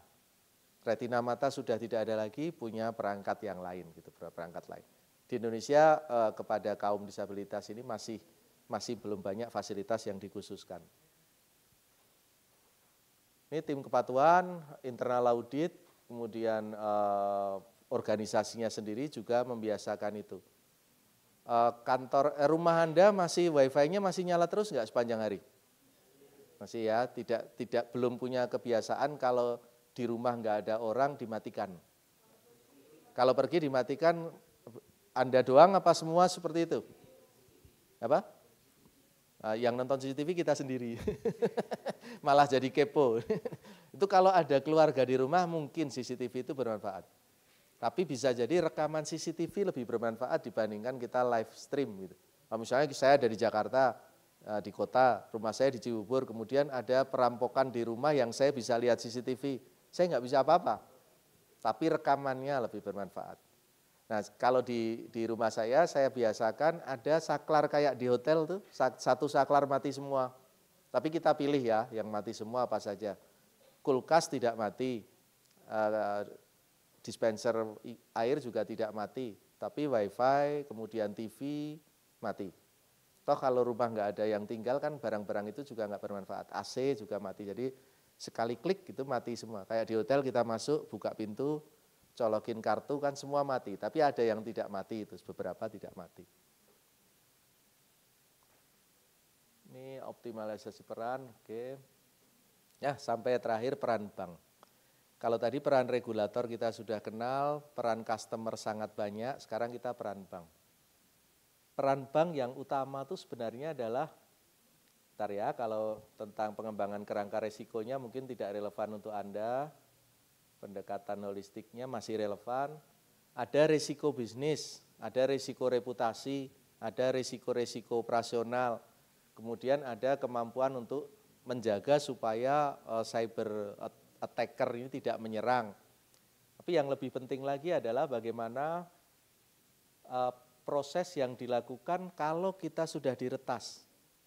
BSI waktu itu butuh waktu kalau nggak salah 3-7 hari baru sistemnya nyala lagi.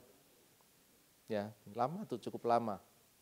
Tapi kembali lagi, budaya kita bukan budaya yang lapor, budaya kita bukan budaya yang menuntut, saat itu bermanfaat bagi BSI. Karena budaya kita bukan budaya yang menuntut nih.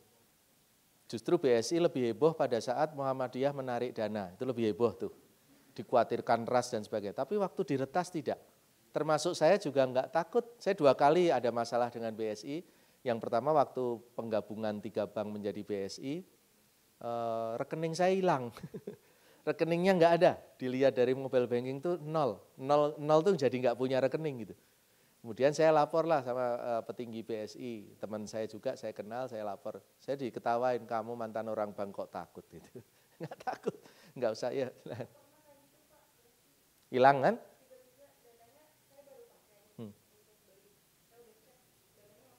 Kemudian saat saya mau transaksi, waktu itu saya transaksi untuk pembelian bensin di Shell.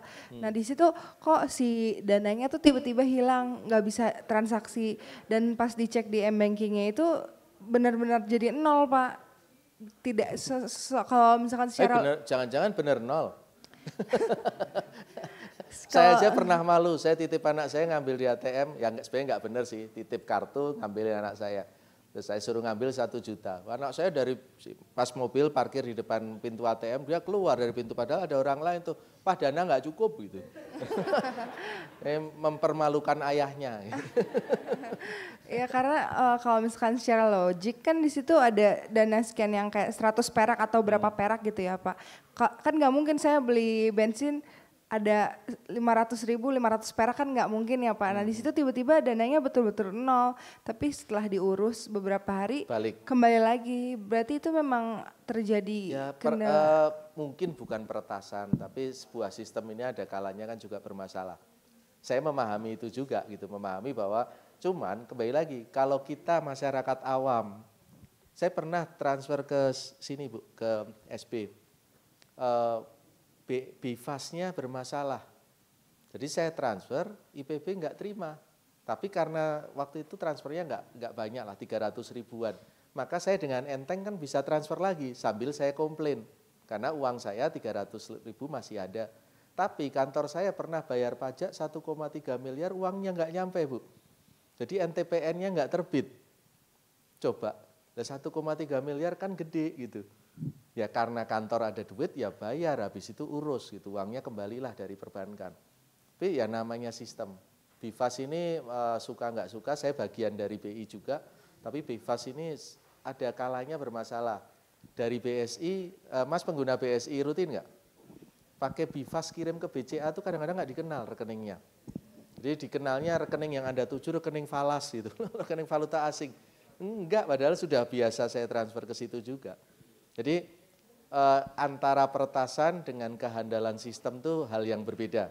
Jadi belum tentu diretas, tapi sistemnya sedang tidak handal gitu. Izin Pak, saya juga pernah sebelumnya BCA ya, kan tadi sebelumnya BSI.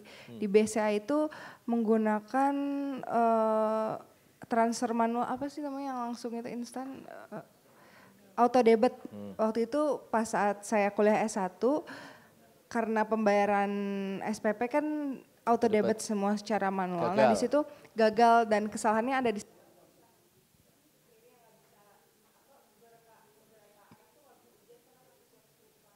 Ya, saya ngajar di Perbanas tuh sering tuh, nggak tahu bank penerimanya atau bank pengirim yang bermasalah, jadi anak-anak saat ujian ditolak, waktu daftar ujian kan kasihan ya. Ya memang ada yang nggak bayar beneran juga ada, tapi sebagian diantaranya tidak. Gitu.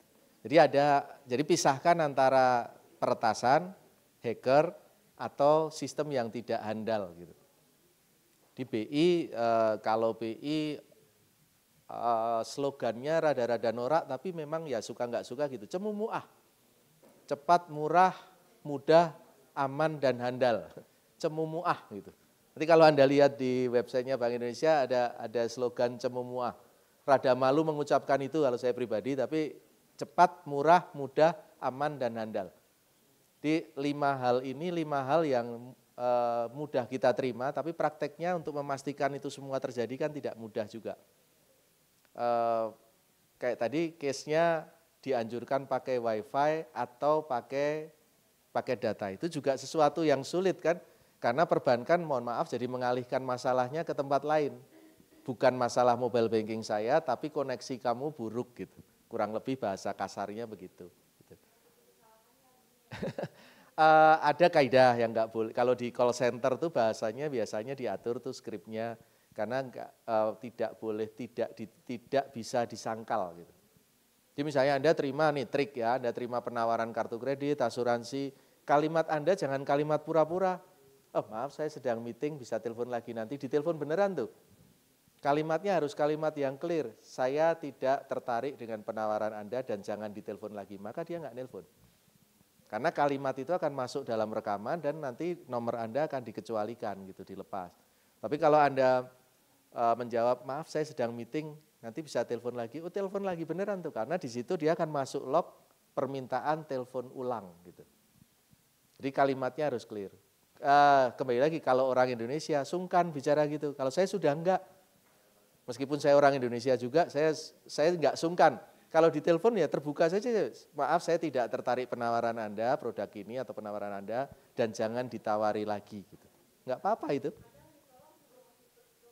Ya karena Anda nolak yang masih malu-malu nih, enggak meeting aku meeting gitu. Oh saya sedang di jalan, padahal lagi nonton drama Korea. Oke kita lanjut ya. Respon, ini tidak mudah untuk merespon lebih cepat. Nah apa yang dilakukan kalau institusi Anda kena serangan. Kan kita nggak pernah tahu kita mau diserang atau enggak, terserah penyerangnya.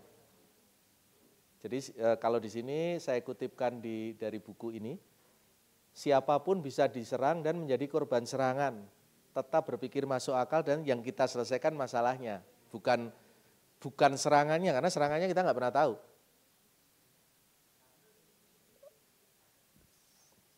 Apa yang dilakukan kalau kita kena serangan? Yang pertama, kita menilai risiko terhadap institusi dan akun customer. Kemudian memanfaatkan strategi pencegahan kerugian. Pernah suatu saat bank saya dulu ada pemalsuan kartu ATM yang masif, sampai mungkin kalau divaluasi ya sampai puluhan miliar, dan keputusan direksi kami saat itu adalah ganti. Karena dikhawatirkan resiko reputasinya lebih besar. Ganti dulu, baru kemudian diusut. Kalau usut dulu, baru diganti, orangnya sudah terlanjur teriak kemana-mana. Gitu. Jadi ada strategi pencegahan kerugian yang tidak semata-mata finansial, ada kerugian yang non-finansial juga. Kemudian memberikan pelatihan kesadaran keamanan, baik kepada pegawai maupun kepada customer. Forum-forum semacam ini baik, karena tidak semua orang dapat kesempatan yang sama untuk tahu kasus-kasus dalam waktu 2 jam gitu. Kemudian yang terakhir menilai memurnikan prosedur tanggap insiden dan pemberitahuan konsumen. BSI memberitahukan konsumennya malu-malu, PDN lebih malu-malu lagi. Jadi sampai sekarang yang lapor bahwa PDN itu kan Pusat Data Nasional, semua institusi menyimpan di situ. Tapi yang mengumumkan saat itu bahwa sistemnya bermasalah, kemudian pindah ke Disaster Recovery Center hanya Dirjen Imigrasi saja. Karena di bandara antrian itu, jadi melaporkan bahwa antrian Anda panjang, layanan kami lambat karena kami aksesnya ke sistem disaster recovery. Padahal pemberitahuan konsumen seperti itu kalau di luar negeri wajib. Karena konsumen atau customer wajib tahu uang dia aman enggak di sana. Dikasih tahu saldonya, dia ragu-ragu gitu. Dia harus punya kesadaran yang sama. Ini saya kutip dari buku Tip for US Financial Institution What to Do Post Breach. Bentuk-bentuk penipuan umum, kalau sudah tadi ada pertanyaan, kalau sudah tahu semua data buat apa? Mungkin bisa untuk membuka akun baru. Yang kasus Iris Bella yang kedua tadi kan dipakai untuk apply kartu kredit. Penipuan penarikan tunai, pengambil alihan akun. Handphone banyak sekali pengambilan alih akun. Operator seluler di Indonesia akan merecycle nomor yang tidak dipakai lagi. Jadi yang dilaporkan ke kami sebagai nomor bermasalah pun sekian tahun kemudian akan diaktifasi lagi. Penggunanya sudah beda. Nomor handphone saya terkadang ada iklan, bukan iklan, pemberitahuan waktunya servis mobil Nissan, saya nggak punya. Mungkin dulu itu pernah dipakai orang lain sekian tahun sebelumnya. Penipuan penarikan tunai. Apa yang terjadi penipuan penarikan tunai? Suatu saat waktu itu saya masih kuliah di sini, mau berangkat ke sini, saya ngambil uang di sebuah ATM, kartu saya nggak keluar. Kemudian saya raba di bagian masukin kartu, ternyata ada lem. Yang saya lakukan apa? Saya bongkar tuh, saya pinjam obeng di SPBU, saya pinjam obeng, saya bongkar mesin ATM-nya. Pinggirnya kan ada bulan saya tahu di sampingnya ada, saya buka sambil kartu. Jadi saya berpikir daripada saya kena uang saya hilang, mendingan saya ditangkap atau diinterogasi oleh pemilik ATM-nya kasus vandalisme. Jadi saya mengambil resiko itu, karena kalau saya tinggal, kartu saya akan dipakai untuk masalah nanti. Jadi biasanya modus-modus seperti itu kartunya tertahan, kemudian nanti ada orang yang pura-pura membantu. Saya waktu itu dikelilingilah beberapa orang. Saya nggak tahu yang jahat yang mana. Ya sudah, saya bongkar saja, saya ambil kartu saya. Jadi nanti akan ada orang yang ngasih seakan-akan membantu mengambilkan kartu, tapi Anda disuruh nyoba PIN dulu, masukin PIN. Jadi dia sudah rekam. Begitu Anda pergi membawa kartu yang palsu tadi, kartu yang nyangkut tinggal didorong lagi, dia sudah punya PIN-nya. Minimal dia bisa tarik tunai, dia bisa transferkan uangnya. Dia nggak perlu mencuri di hari berikutnya. Hari itu sudah dia tinggal. Jadi pencurian ke kartu Anda sudah selesai dalam satu tahap. Pencuri tidak akan mengulang, kalau pencuri yang baik ya, pencuri yang cerdik, tidak akan mengulang di objek yang sama. ketahuan, saya pernah menipu ibu gitu. Terus hari berikutnya saya datang lagi mau nipu lagi, ya ibu sudah waspada gitu. Jadi dia sudah bergeser. Penipuan transaksi online banyak, modusnya saya baru tahu tadi kalau dikirimin COD suruh bayar gitu. Tapi penipuan transaksi online ini banyak sekali.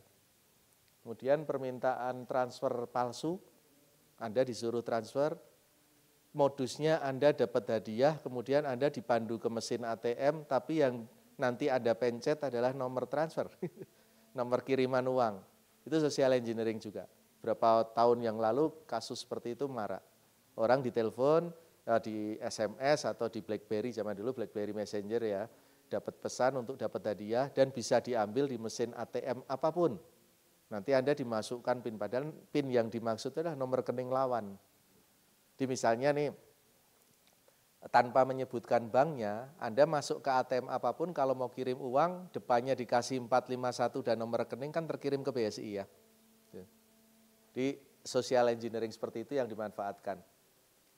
Email, spam, dan lain-lain itu masuk di bagian terakhir nih, di bagian bawah.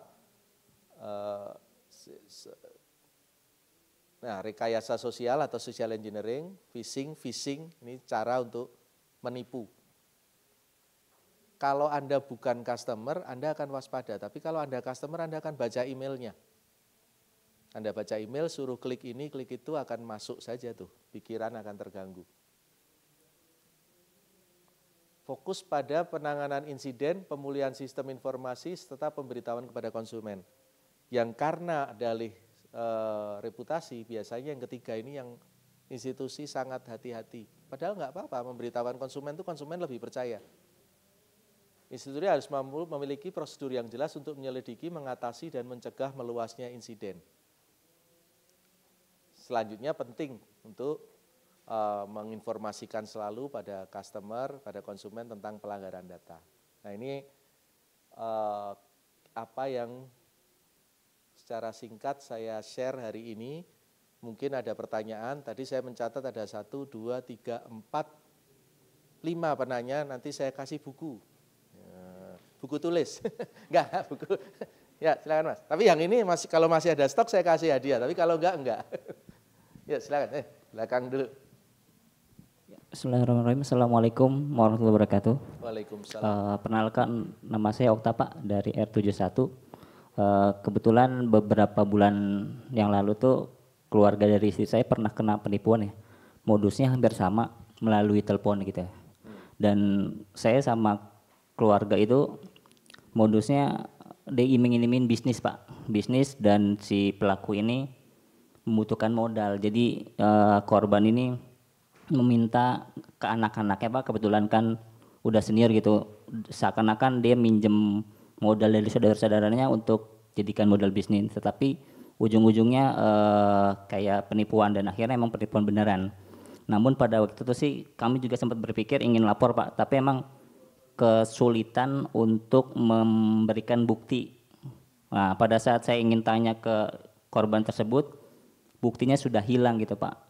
Dan pada saat telepon pun mungkin kita korban nggak kepikiran. Nah, kira-kira mencegah seperti itu seperti apa sih Pak?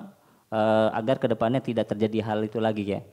Terus yang kedua berkaitan dengan Undang-Undang PDP yang mungkin sudah rilis ya di Oktober ini, kira-kira menurut Bapak apakah cukup efektif gitu untuk membantu masyarakat Indonesia ini lebih aware akan data pribadinya, karena kan kalau sepengetahuan saya tuh regulasi yang mengatur data-data tuh udah mulai banyak lah, apakah itu transaksi data yang online ataupun yang macam. Kira-kira apakah cukup efektif nih Pak, ke depannya seperti apa menurut Bapak? Mungkin itu aja Pak, terima kasih. Assalamualaikum warahmatullahi wabarakatuh. Waalaikumsalam warahmatullahi wabarakatuh. Betul, melaporkan tuh banyak sekali pertimbangan, terutama untuk orang kita, budaya kita memang budaya yang sungkan untuk lapor. Sayangnya memang begitu. Jadi lapor itu lapor saja. Buktikan pada saat akan ditindaklanjuti dengan hukum berikutnya. Buku tabungan Anda hilang pun Anda harus lapor polisi untuk minta pengganti. Ada beberapa bank yang sudah meringankan untuk mengesampingkan itu, tanpa lapor polisi pun sudah boleh. Tapi sebagian masih minta. Di lapor saja dulu. Nanti polisi akan punya beragam cara untuk menyampaikan itu. Kalau Anda tidak bukti, sifatnya melaporkan saja, jadi untuk kepentingan Anda. Tapi kalau mau sampai ke delik aduan hukum, pasti harus ada bukti. Dan yang pertanyaan kedua tentang, pertanyaan pertama tentang kesungkanan untuk lapor itu biasanya malu. Malu kalau jadi korban. Kalau malu jadi pelaku itu bagus, malu jadi korban itu jangan. Kemudian yang kedua tentang Undang-Undang PDP. Undang-Undang PDP sudah terbit 2 tahun yang lalu, peraturan akhirnya harusnya di tanggal 18 Oktober kemarin implementasi, tapi kita belum siap, negara kita belum siap. Belum ada peraturan pelaksanaannya, belum ada lembaga yang menerima pengaduan, kemudian yang ketiga banyak yang belum mengimplementasikan. Jadi mungkin kalau Anda sadar, sekitar minggu lalu, 2 minggu yang lalu sebelum tanggal 18 Oktober, tiba-tiba Anda terima banyak sekali permintaan data concern data pribadi. Bank Anda kirim, Anda diminta klik yes gitu. Kemudian ada kalau yang punya aplikasi mileage ya kayak Garuda gitu juga dikirim untuk kita pencet iya saja. Sama scrolling saja cepat, kan enggak banyak yang enggak membaca gitu. Nah ini concern baru sampai level itu. Jadi kita pemilik data mempercayakan orang lain punya data kita. Dan kalau dirunut buka saja handphone Anda masing-masing. Gogoan ada ya, Gojek CS ada ya? Ada ya, ada yang enggak punya Gojek di kelas ini? Saya pikir enggak. Grab mungkin sebagian ada, sebagian enggak. Tokopedia sebagian ada, sebagian enggak. Lazada, Shopee, apalagi? Traveloka, tiket.com, jadi tombol di handphone kita isinya itu. Tombol lain cuman WhatsApp, call pun sudah jarang dipakai, SMS sudah jarang dibuka. Itu semua exploit data Anda loh. Data Anda waktu Anda daftar tuh mengirimkan semua tuh. Pemilik foto Anda paling terkini itu adalah handphone Anda. Karena kalau mau buka aplikasi kita dikenali muka kita. Gitu. Atau pemilik sidik jari paling banyak adalah handphone Anda atau laptop Anda. Nah tiap kali Anda buka, kelola itu. Dan enggak ada yang memastikan data itu tidak disimpan di server mereka. Jadi muka terkini Anda itu yang punya handphone Anda. Samsung atau iPhone atau Infinix, Poco gitu. Poco pun itu mahal, murah tapi bagus tuh. Nah itu mereka nyimpen semua data Anda. Nah kepedulian itu yang kalau terkait dengan Undang PDP, Anda suatu saat punya hak untuk minta dihapus. Tapi Anda ingat enggak Anda sharing data ke siapa saja? Kok saya punya keyakinan Anda enggak akan ingat. Karena setelah Anda install, Anda ganti handphone, sebagian aplikasinya lupa Anda install lagi. Berapa waktu yang lalu saya install lagi K-Akses Bu. Karena ditanya istri saya mau ikut seminar, mau nggak mau saya install K-Akses lagi. Sempat ganti handphone dan sudah nggak ada aplikasi itu. Ternyata masih bisa dengan user ID yang lalu saya masih bisa masuk. Gitu. Itu yang kebiasaan yang memudahkan tapi tidak mengamankan. Di luar negeri sudah mulai ada tren satu tombol itu satu feature, bukan satu aplikasi. Anda install BSI Mobile, install Wonder BNI, install Living Mandiri, tujuannya sama, mindahin duit doang. Maka ada aplikasi namanya Flip, transfer duit. Gitu. Nah di luar sudah mulai tren gitu, transfer uang, beli tiket gitu. Nanti sumber uangnya dari mana dan beli apa baru diatur di aplikasi itu. Kalau kita masih banyak. Di ride sharing apa yang Anda install? Ibu, ride sharing itu kendaraan berbagi itu apa saja yang Ibu install? Gojek, apalagi? Grab, Maxim, nggak ada, nah, malah 3 tuh. Kan nggak mungkin kita naik 3-3-nya dalam satu saat, tapi kita punya semua. Traveloka punya, tiket.com punya, gitu. Apalagi beli tiket, KAI Akses. KAI Akses nggak bisa beli pesawat ya, nebeng pesawat juga nggak bisa ya. Oke, ada pertanyaan lagi, masih ada 2 menit sebelum kurang 10, silakan.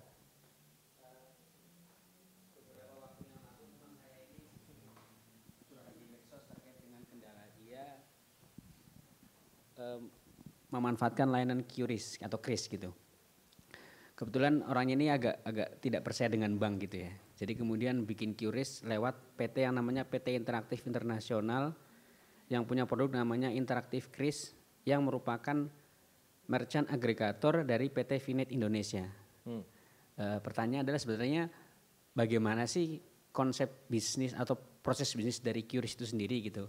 Katanya kan tadi yang bisa menyediakan QRIS cuma dari PT PTN itu sendiri, tapi ternyata ada beberapa perusahaan yang juga bisa memberikan QRIS. Jadi sebenarnya bagaimana proses bisnis QRIS itu sendiri? Terus apakah ketika ada PT-PT yang bisa menghasilkan QRIS itu legal atau tidak legal? Karena ternyata kemarin sempat terkendala itu nyangkut ya lumayan lah 3 digit lah ya. Nyangkut itu tidak tertransfer sekitar 2 mingguan gitu. Nah, kalau dari medsosnya sih klarifikasi katanya karena dia dibekukan rekeningnya sama bank gara-gara yang tadi Bapak ceritakan di awal diduga terkait dengan judi online.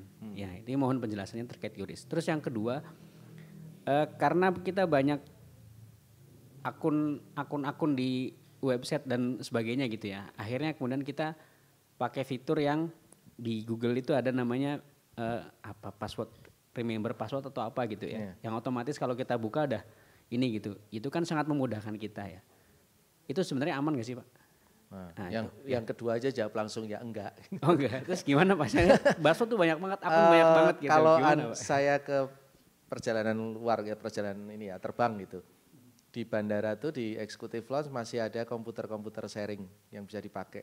Itu terkadang masih nemu juga akun WhatsApp yang belum log off. Iya betul. Jadi Anda bisa WhatsApp di handphone, tapi pada saat punya komputer terus scan, terus mungkin pesawatnya mau terbang atau apa dia pergi belum di log off. Kalau niat saya buruk, saya bisa pura-pura chatting gitu di situ. Tapi kalau karena niat saya nggak buruk ya saya bantu log off kan, saya matikan log off kan gitu bisa. Nah memudahkan tapi bukan berarti mengamankan, tuh salah satunya itu pakai sidik jari, pakai biometrik, pakai akun normal. Sekarang kita daftar apapun pakai akun Google bisa. Nah, di Google sebenarnya ngasih tahu Anda tuh waktu Anda login. Google ngasih tahu Anda bahwa password Anda ini sudah ada di data leak gitu, sudah ada tersimpan di suspected. Tapi Anda ya yesin aja gitu. Anda mau melanjutkan ya continue, Anda pencet continue. Sebaiknya memang kalau ada peringatan seperti itu Anda ganti. Gitu. Tapi biasanya kita, wah kalau ganti ini nanti di handphone harus ganti, di rumah harus ganti, macam-macam. Jadi akhirnya tidak diganti. Atau passwordnya ya kayak laptop saya, passwordnya 1234 karena kalau supaya nggak lupa. Saya kasih tahu tuh laptop saya passwordnya 1234, 1234 gitu, kayak main piano beres. Nah kalau QRIS tadi ya kembali, jadi kalau itu jawabannya tidak aman. Kalau QRIS bisnis prosesnya sebenarnya yang punya izin itu hanya PJP-nya saja atau penyedia jasa pembayaran. Mereka boleh bekerja sama dengan agregator atau sales untuk memasarkan. Posisi kantor kami hanya menerbitkan saja, mendaftarkan secara nasional namanya NMID, National Merchant ID, kemudian menerbitkan gambar stikernya. Mereka tidak boleh menerbitkan sendiri. Jadi kalaupun otomatis melalui agregator, kemudian melalui penyedia jasa pembayarannya, atau tetap ujungnya ke kami juga nanti akan dialirkan ke situ. Gitu. Sistemnya memang membolehkan untuk itu. Terkait dengan kasus ini, pertanyaan Anda mirip pertanyaan polisi dan pertanyaan Bank Indonesia waktu menginvestigasi kami soal kasus itu gitu. Kok bisa gitu? Ya jawabannya kurang lebih simpelnya seperti ini juga. Nah yang kemudian yang nakal adalah izin PJP ini diperjualbelikan. Gede Bu, izinnya doang tuh kalau dapat 30 miliar dapat tuh. Jadi orang mendaftar izin dengan segala macam syarat, kemudian dia tidak berbisnis. Dia jual izinnya ke orang lain. Nanti pemilik awalnya mengaku saya sudah jual, tapi seharusnya menjual ini kan lapor Bank Indonesia. Berarti izin yang, kayak misalnya Anda punya SIM, kemudian SIM-nya dipakai Mas Yeni kan nggak berhak tuh. Kan yang punya SIM Anda. Nah itu yang terjadi di sini banyak. Multi finance banyak yang kayak begitu juga. Gade, bukan pegadaian ya, usaha-usaha gade itu banyak yang di pinggir jalan yang kita nggak tahu. Kan tulisan gede banget gade warna biru itu kita nggak tahu PT-nya tuh. Terkadang tulisannya 6 jam cair, 2 jam cair, bawa handphone jadi uang, banyak iklan-iklan yang kayak begitu. Nah yang kayak gini ini diperjualbelikan izinnya. Dia yang terjadi tadi merchant agregator, akhirnya dia jadi operator, kemudian sebagai operator dia membuat merchant-merchant palsu yang ditempelkan dengan aplikan-aplikan yang lain, akhirnya dipakai untuk judi. Yang terakhir kasus yang ada justru tidak lagi judi, tapi pencucian uang. Judi kan cuma orang beli jasa judi atau permainan ketangkasan selesai. Kalau ini enggak, uang masuk ditransfer kemana sudah hilang, sudah nggak ketahuan. Jadi itu untuk namanya APU PPT ya, anti pencucian uang dan terorisme. Oke, ada lagi pertanyaan, silakan.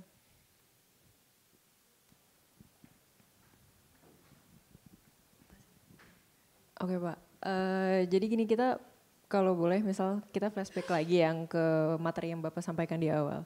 Yang mau saya tanyakan itu ada dua. Yang pertama, kalau misalnya pakai bank, tapi banknya tuh nggak ada fisiknya, misal let's say Bank Jago. Nah, kalau misalnya di sini in case ini pengalaman saya pribadi Pak, saya mau investasi misal di Bibit atau di Stockbit, tapi kenapa dia RDN-nya itu justru bank-bank yang seperti itu, bank yang seperti Jago atau misalnya banknya Cbank atau bank-bank lainnya yang dia tuh fisiknya tidak ada, bahkan buku tabungannya pun nggak tahu kita, nggak ada, digital bank lah istilahnya. Kenapa seperti itu? Padahal investasi itu maksudnya di umur saya itu masih menjadi hal yang pengen nih gitu, saya masih pengen masih pengen mencari tahu tentang itu, masih mau yang namanya mencoba tentang hal itu, tapi kan kenapa dia RDN-nya tuh justru ke bank digital yang nggak ada fisiknya. Jadi saya masih ragu, apakah saya bisa nih investasi di sini, sedangkan teman-teman saya yang lain memang pakai sih teman-teman saya yang lain.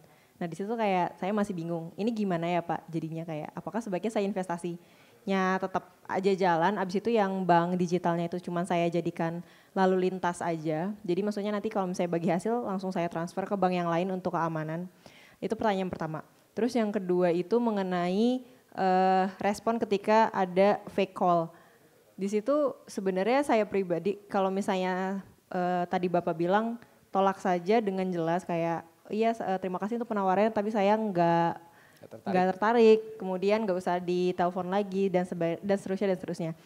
Di situ saya berpikir dan kalau misalnya info dari orang lain juga dan sejauh ini yang saya pelajari adalah apakah tidak lebih baik untuk tidak menjawab karena suara kita pun bisa direkam dan itu menjadi bisa disalahgunakan lagi, kurang lebih kayak gitu Pak.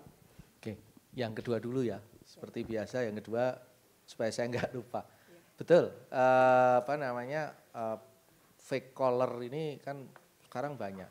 Termasuk kemarin 17 Agustus itu saya jadi panitia publik dokumentasi di kampung. Karena yang diwawancara Pak RW itu suaranya nggak jelas, akhirnya saya pakai Canva dan AI untuk pidato Pak RW ini saya pindahkan jadi teks, kemudian saya pindahkan lagi jadi suara atas suara Pak RW persis. Mau saya ganti suara Pak Jokowi gitu bisa. Gitu. Jadi AI ini ada baik, ada buruk. Kemudian Anda pernah dapat verifikasi yang disuruh manggut-manggut, tengok kiri kanan gitu pernah ya? Itu dibuat fake juga bisa tuh. Jadi tidak harus real. Jadi gesture pun bisa ditiru. Jadi suara bisa ditiru, gesture bisa ditiru. Nah, kenapa saya tadi menganjurkan untuk menolak dengan bahasa yang jelas itu sudah bahasa yang paling mudah itu. Tapi kalau niat dia memang mengganggu dari sisi suara dan lain-lain, itu triknya mungkin beda lagi. Ya diblok saja numbernya. Tapi pastilah caller ini akan ganti-ganti number nih. Dia nggak akan pakai yang. Dan yang pertanyaan pertama tadi tentang RDN. Investor di Indonesia khususnya pasar modal kan kecil sekali dibandingkan. Jadi urutannya investor itu ada di deposito, kemudian di pasar modal, terakhir di asuransi. Asuransi juga kecil sekali. Jadi kalau Anda lihat di OJK pertumbuhan kita untuk pasar modal lebih tinggi dibandingkan pertumbuhan untuk asuransi. Pertumbuhan di pasar modal ini didorong dengan aplikasi-aplikasi semacam Ajaib ini. Ajaib ini dianggap bisa menumbuhkan, kalau saya tidak salah, mudah-mudahan saya nggak salah gitu, ada bisa menumbuhkan 2 juta investor baru katanya dengan Ajaib ini. Tapi yang coba-coba banyak. Nah RDN insya Allah aman. Kenapa? Karena RDN ini terdaftar di KSEI. Jadi Anda bisa lihat di KSEI nomornya terdaftar atau tidak. Dan kalau mau coba di semacam itu ya appetite investasinya di mana. Jangan sampai Anda rugi investasi tapi Anda merasa ditipu. Salah tuh. Jadi beli saham harganya drop kemudian merasa ditipu. Tidak. Karena disclaimer-nya tidak begitu. Tapi kalau Anda beli saham tapi nama Anda tidak terdaftar maka Anda bisa nuntut ke KSEI. Nuntut ke sekuritas ini untuk proses itu. Kalau RDN-nya insya Allah aman karena RDN ini kan hanya perantara sebelum dia dipindahkan. Oh ya, jadi kalau misalnya walaupun dia RDN itu di bank digital, dia sudah terdaftar di KCI dan sebagainya, berarti kita aman saja dong. Maksudnya kayak kita bisa dong merasa aman tanpa khawatir tadi kalau data kita dicuri, apalagi dia banknya bank digital gitu. Insya Allah aman. Nggak ada jaminan. Bagi saya pribadi, bank masih lebih aman dibandingkan tempat lain. Kayak tadi Anda transaksi di internet jauh lebih aman dibandingkan transaksi di resto.